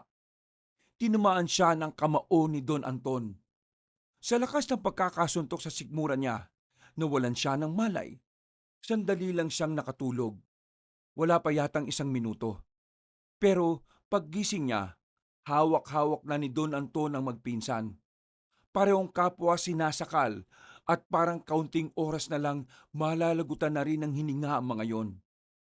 Pero laking gulat na lamang nila nang biglang may dumating ding matandang aswang. Hindi makapaniwala si Rona nang mapagtanto ang aswang na yon ay ang kanyang ama, si Don Amario. Inatake ni Don Amario ang matandang lalaki. Dahil doon ay nabitiwan nito si Udong at Sebastian. Ako ang hinahanap mo, di ba? Ngayon natin pag-usapan ang problema mo sa akin. Nang makadistansya si Don Anton, bigla namang nilusob ng mga tauhan nito si Don Amario. Pero kinagulat nila ang susunod na nangyari. Nanlalaki ang kanilang mga mata nang pinagpapapaslang lang ni Don Amario ang mga aswang. Hindi malaman ni Ronan kung papaanong naging aswang ang kanyang ama at kung papaanong ganun yun kalakas. Basta't ang alam niya lang ay mas mabangis ang kanyang ama kaysa kay Don Anton. Sa isang iglap lang, walang nagawa ang mga aswang kay Don Amario. Maging si Don Anton na inakala nilang pinakamalakas na, ay binugbog lang ng binugbog ni Don Amario ang matandang aswang. Habang nagkakagulo sila, sinamantala na nila Ronan ang pagkakataon para makatakas. Pero biglang sumigaw si Don Amario. Saan kayo pupunta, Ronan? Sa hindi malamang dahilan, napatigil ang lalaki. Kinikilabutan siya kapag boses na ng kanyang ama ang naririnig niya. Hindi niya alam kung ano ang gagawin niya. Hindi niya maigalaw ang kanyang mga paa. Pakiramdam niya, napako na siya sa kinatatayuan niya ng dahil sa takot. Iiwan mo na ba ako rito? Halika rito! Bakit hindi mo ko tulungan patayin tong si Don Anton? Halika! Marang humarap si Ronan sa kanyang ama. Nakita niyang lupaypay na si Don Anton. Diguan na ang buong katawan nito habang sakal-sakal si Don Amario. Hala, hindi ka pa ba lalapit? Gusto mo ba masaktan? Papa, tama na. Itigil mo na to. Anong itigil? Nabubuang ka na ba? Itong si Don Anton ang nagtangka sa buhay natin. Ikaw ang may ginawang masama sa kanya, hindi siya. Kasalanan mo kung bakit kayo nagkagulong dalawa. Napakawalang utang na loob mo talaga. Gusto mo bang ikaw na lang ang patayin ko? Teka, nasan pala si Tanya? Saan mo dinala ang mama mo? Ibalik mo sa akin ang mama mo! Walang hiya ka! Binali ni Don Amario ang liig ni Don Anton. Unti-unti nang lumalapit ang Don sa binata. Pero bago yung makalapit kay Ronan, gumawa na ng paraan si Sebastian. Mabilis itong tumakbo at saka tinaga ang matanda. Pero sa kasamaang palad ay hindi naman ito tinatablan. At sino ka naman bumbwit ka? Ang lakas naman ang loob mong saktan ako gamit ang laruan mo. Gusto mo rin bang makasali sa mga taong masasaktan? Bumuntong hininga ang batang si Sebastian. Maging ang batang ito ay alam na ring hindi na siya uubra. Hindi na kasi nito nararamdaman ang bisa ng anting-anting. Bagay na mas kinabahala niya. Samantala, humarap naman si Ronan kay Sebastian. Hindi nito hahayaang saktan ng matanda si Sebastian. Ako ang saktan mo! Wala siyang kinalaman dito! Walang kinalaman pinagsasasabi mo. Walag ka ba? Hindi mo ba nakitang tinaga niya ako? Kahit na kailan talaga ang tanga-tanga mong tao ka. Wala ka nang kwentang negosyante. Wala ka pang kwentang anak. Pero mas wala kang kwentang ama at asawa. Anong pinagsasasabi mo? Buong buhay namin ni Mama, hindi namin naramdaman ang pagmamahal mo. Nabuhay ka lang kasi para sa sarili mo. Sakim, ganid, makasarili at walang iniisip, kundi ang sariling pagpapayaman. Mas hayop ka pa sa mga hayop! Sa pinagsasabing yun ni Ronan, ay tila unti-unti nang nagdalaiti ang kanyang ama. Hindi na nito namamalayan na nagbabago na pala ang anyo niya. Hanggang sa tuluyan na nga itong naging halimaw. Masyado ka ng matabil, Ronald. Oras na para ipaintindi ko sa iyo na nakakatakot ang kamatayan. Takbo na po kayo! Bago pa maiakbang ni Ronan ng kanyang paa, nagsimula ng gumapang ang kanyang ama. Mabilis si Don Amario. Kaya naman, agad itong nakalapit sa binata. Hinawakan nito ang paa ni Ronan at saka iniangat. Nakapatiwarik na ang binata. Ha! Inilayo mo sa akin si Tanya. Ikaw ang demonyo. Paano mo nagawang paghiwalayin ang dalawang taong nagmamahalan? Hindi po kayo nagmamahalan dahil si Mama lang naman ang may pagmamahal sa iyo. Pero ikaw, wala. Wala kang pagmamahal sa kanya. Grr! Hinigpitan ni Don Amario ang pagkakahawak sa kanyang binti. Ramdam na ramdam ng binata ang sakit. Pero hindi pa rin tumigil si Sebastian. Lumapit naman ito at sinubukan tagain ng matandang si Amario. Tinamaan niya ang Don sa bandang hita at puwet. Sa pagkakataong ito, nakita ng bata na naging epektibo yon. Pinagtatatraga ni Sebastian si Don Amario sa parting yon, hanggang sa mabitiwan na nga nito ang binatang si Ronan. Lumayo na kayo, bilis! Nakita nilang mas nanggigil ang matandang lalaki. Unti-unti itong nagbago ng anyo. Mas nakakatakot, mas nakakakilabot. Inubos mo ang pasensya kong bobwit ka! Umatake si Don Amario. Nadakma nito ang bata sa muka at saka inihagis papunta sa gilid. Tumama ang batang si Sebastian sa puno. Sa lakas ng pagkakatama, hindi agad ito nakabangon. Napilitan ng tumayo si Udong kahit iika-ika na rin ito at may tama na sa braso. Kinuha nito ulit ang itak at saka sinubukang makalapit kay Don Amario. Tatagayin niya sana sa ulo ang aswang na yon, pero bigla itong humarap sa kanya. Hinambalo siya nito ng malakas na sampal. Agad ang bumulagta ang binata sa lapag.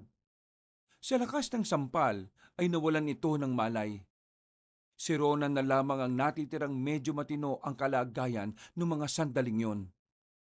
Takot na takot siya habang pinagmamasdan ng kanyang ama na talagang nilamon na ng pagiging aswang. Kinuha ni Ronan ng itak sa gilid. Kahit na natatakot ay nilakasan na lamang niya ang loob. Tumingin-tingin siya sa paligid. Nagganap siya ng kaunting pag-asa pero wala. Nilayo mo sa akin si Tadya. Nilayo mo sa akin ang taong pinakamamahal ko. Kaya humanda ka sa akin. Ipapatikim ko sa iyo ang galit ng nawalan. Nagsimulang gumapang ang matandang aswang. Tumakbo naman si Ronan. Naisip niyang magpahabol na lamang para hindi na nito mapagbuntungan ang magpinsan. Nung mga sandaling yon, nakakatakbo pa siya ng medyo mabilis kahit na masakit ang isa niyang paa. Ang tanging nasa isip na lamang kasi niya noon ay mailayo ang mag-ina. Anong akala mo sa akin, tanga? Na basta-basta lang matatakasan ng isang kagaya mo? Nadapa si Ronan ng dahil na rin sa panghihina. Nasa harapan na niya si Don Amario. Naglalaway, nanlilisik ang mga mata at umaangil. Sa mga sandaling ito, naalala na niya lahat ng masasayang sandali nilang mag-ina, pati na rin ang masasayang oras nila sa mansyon. Para bang namamaalam na siya habang iniisip ang mga bagay na yon. Nakita niyang naglabas na ng mahabang kuko ang kanyang ama. Sinyalis na yun na ang mitya ng kanyang buhay. Hanggang sa uling sandali, hindi mo talaga kayang maging mabuting ama. Kasi kahit na kailan, hindi naman kita tinuring na anak. Kasangkapan ka lang sa pagyabang ko. Marahang bumangon si Ronan. Haharapin niya ang ama kahit na yun na ang huling sandali niya. Tinuring kitang ama, kahit na wala kang kwentang tao. Akmang kakalmutin na siya ni Don Amario nang biglang makarinig sila ng malakas na busina ng sasakyan. Paglingon ni Don Amario sa likuran niya, paparating sina Elias. Humaharurot. Mabilis na tumalon si Ronan papunta sa gilid, habang si Don Amario naman ay nasagasaan. Tumilapo na matanda. Agad namang lumabas ng sasakyan ng Donya. Anak, ayos ka lang ba? Ma, hindi na sana kayo lumabas. Si Papa, aswang na. Siya ang kalaban namin ngayon at hindi na si Don Anton. Anong sinabi mo? Kahit na malakas ang pagkakabangga ni Elias kay Don Amario, nagawa pa rin itong makabangon na parabang walang nangyari. Sa puntong ito ay mas lalong lumakas ang katawan ni Don Amario nang makita na niya ang asawa. Pumasok na kayo dito, bilisan nyo! Ma, sige na, pumasok na kayo ron. Bilis! Hindi, sumama ka na sa amin. Hindi kita kayang iwan dito sa papa mo. Sasaktan at papaslangin ka lang niya. Hindi ako pwedeng umalis. Hahabulin niya lang tayo. Kailangan ko siyang pigilan. Sige na po, mauna na kayo. Sige na! Itinulak na ni Ronan ng kanyang ina papasok ng sasakyan. Pero sa kasamaang palad, ayaw nang gumana ng makina ng sasakyan. Mukhang nadali yon dahil sa lakas ng pagkakabangga ng sasakyan kay Don Amario. Lintik naman talaga ang buhay to. Ngayon pa nasira. Pagtingin ni Ronan sa kanyang ama, unti-unti nang lumalapit yon sa kanila. Alam niyang sa oras na maabot na siya nito, paglalamayan na siya kinabukasan. Mahal kong Tanya, Lumabas ng sasakyan si Doña Tanya. Naisipan nitong kausapin ang matandang lalaki sa pagbabaka sakaling makikinig ito sa kanya. Mario, nakikiusap ako sa iyo. Hayaan mo na lamang kaming makaalis. at papano ko? Iiwan mo na lang ako ng ganito? Matapos kitang mahalin at alagaan ng maraming taon, iiwan mo ako na parang walang halaga sa'yo? Minahal mo ba talaga ako?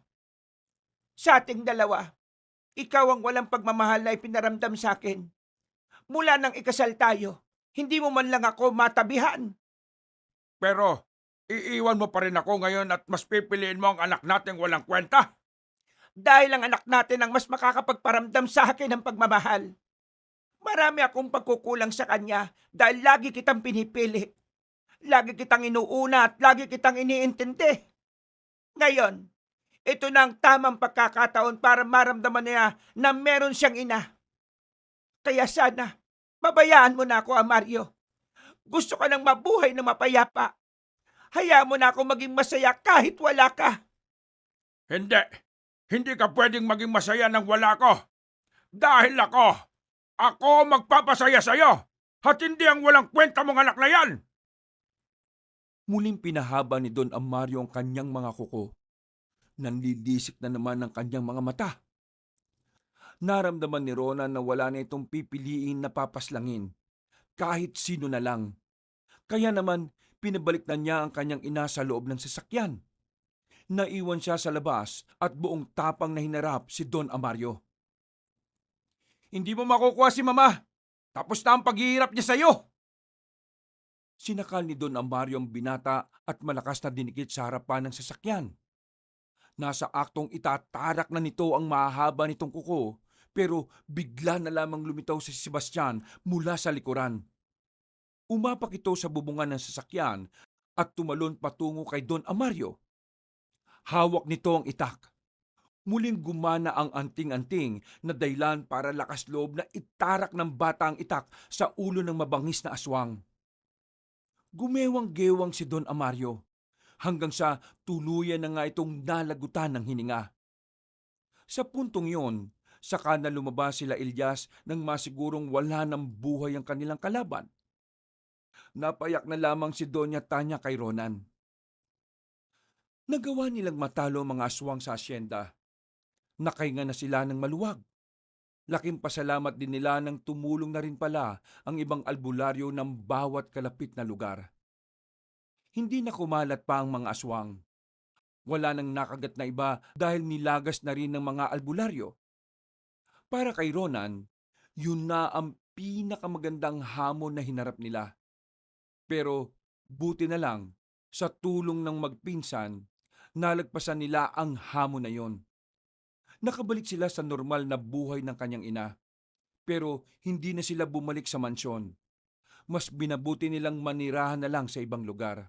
Natutunan ni Ronan sa mga karanasan nila na maging mabuti sa lahat ng tao. Anuman ang antas nito sa buhay. Dahil maaring ang taong yon ay magdadala ng malaking gulo sa oras na ito ay nasaktan at naapi. Sa ngayon, masayang namumuhay ang mag-ina sa isang malayong lugar. Walang nakakaalam. Tanging silang dalawa lamang ang magkasama. Masaya na sila sa ganoong klase ng buhay. Simple at walang kahit na anong bahid ng kasamaan. Wakas.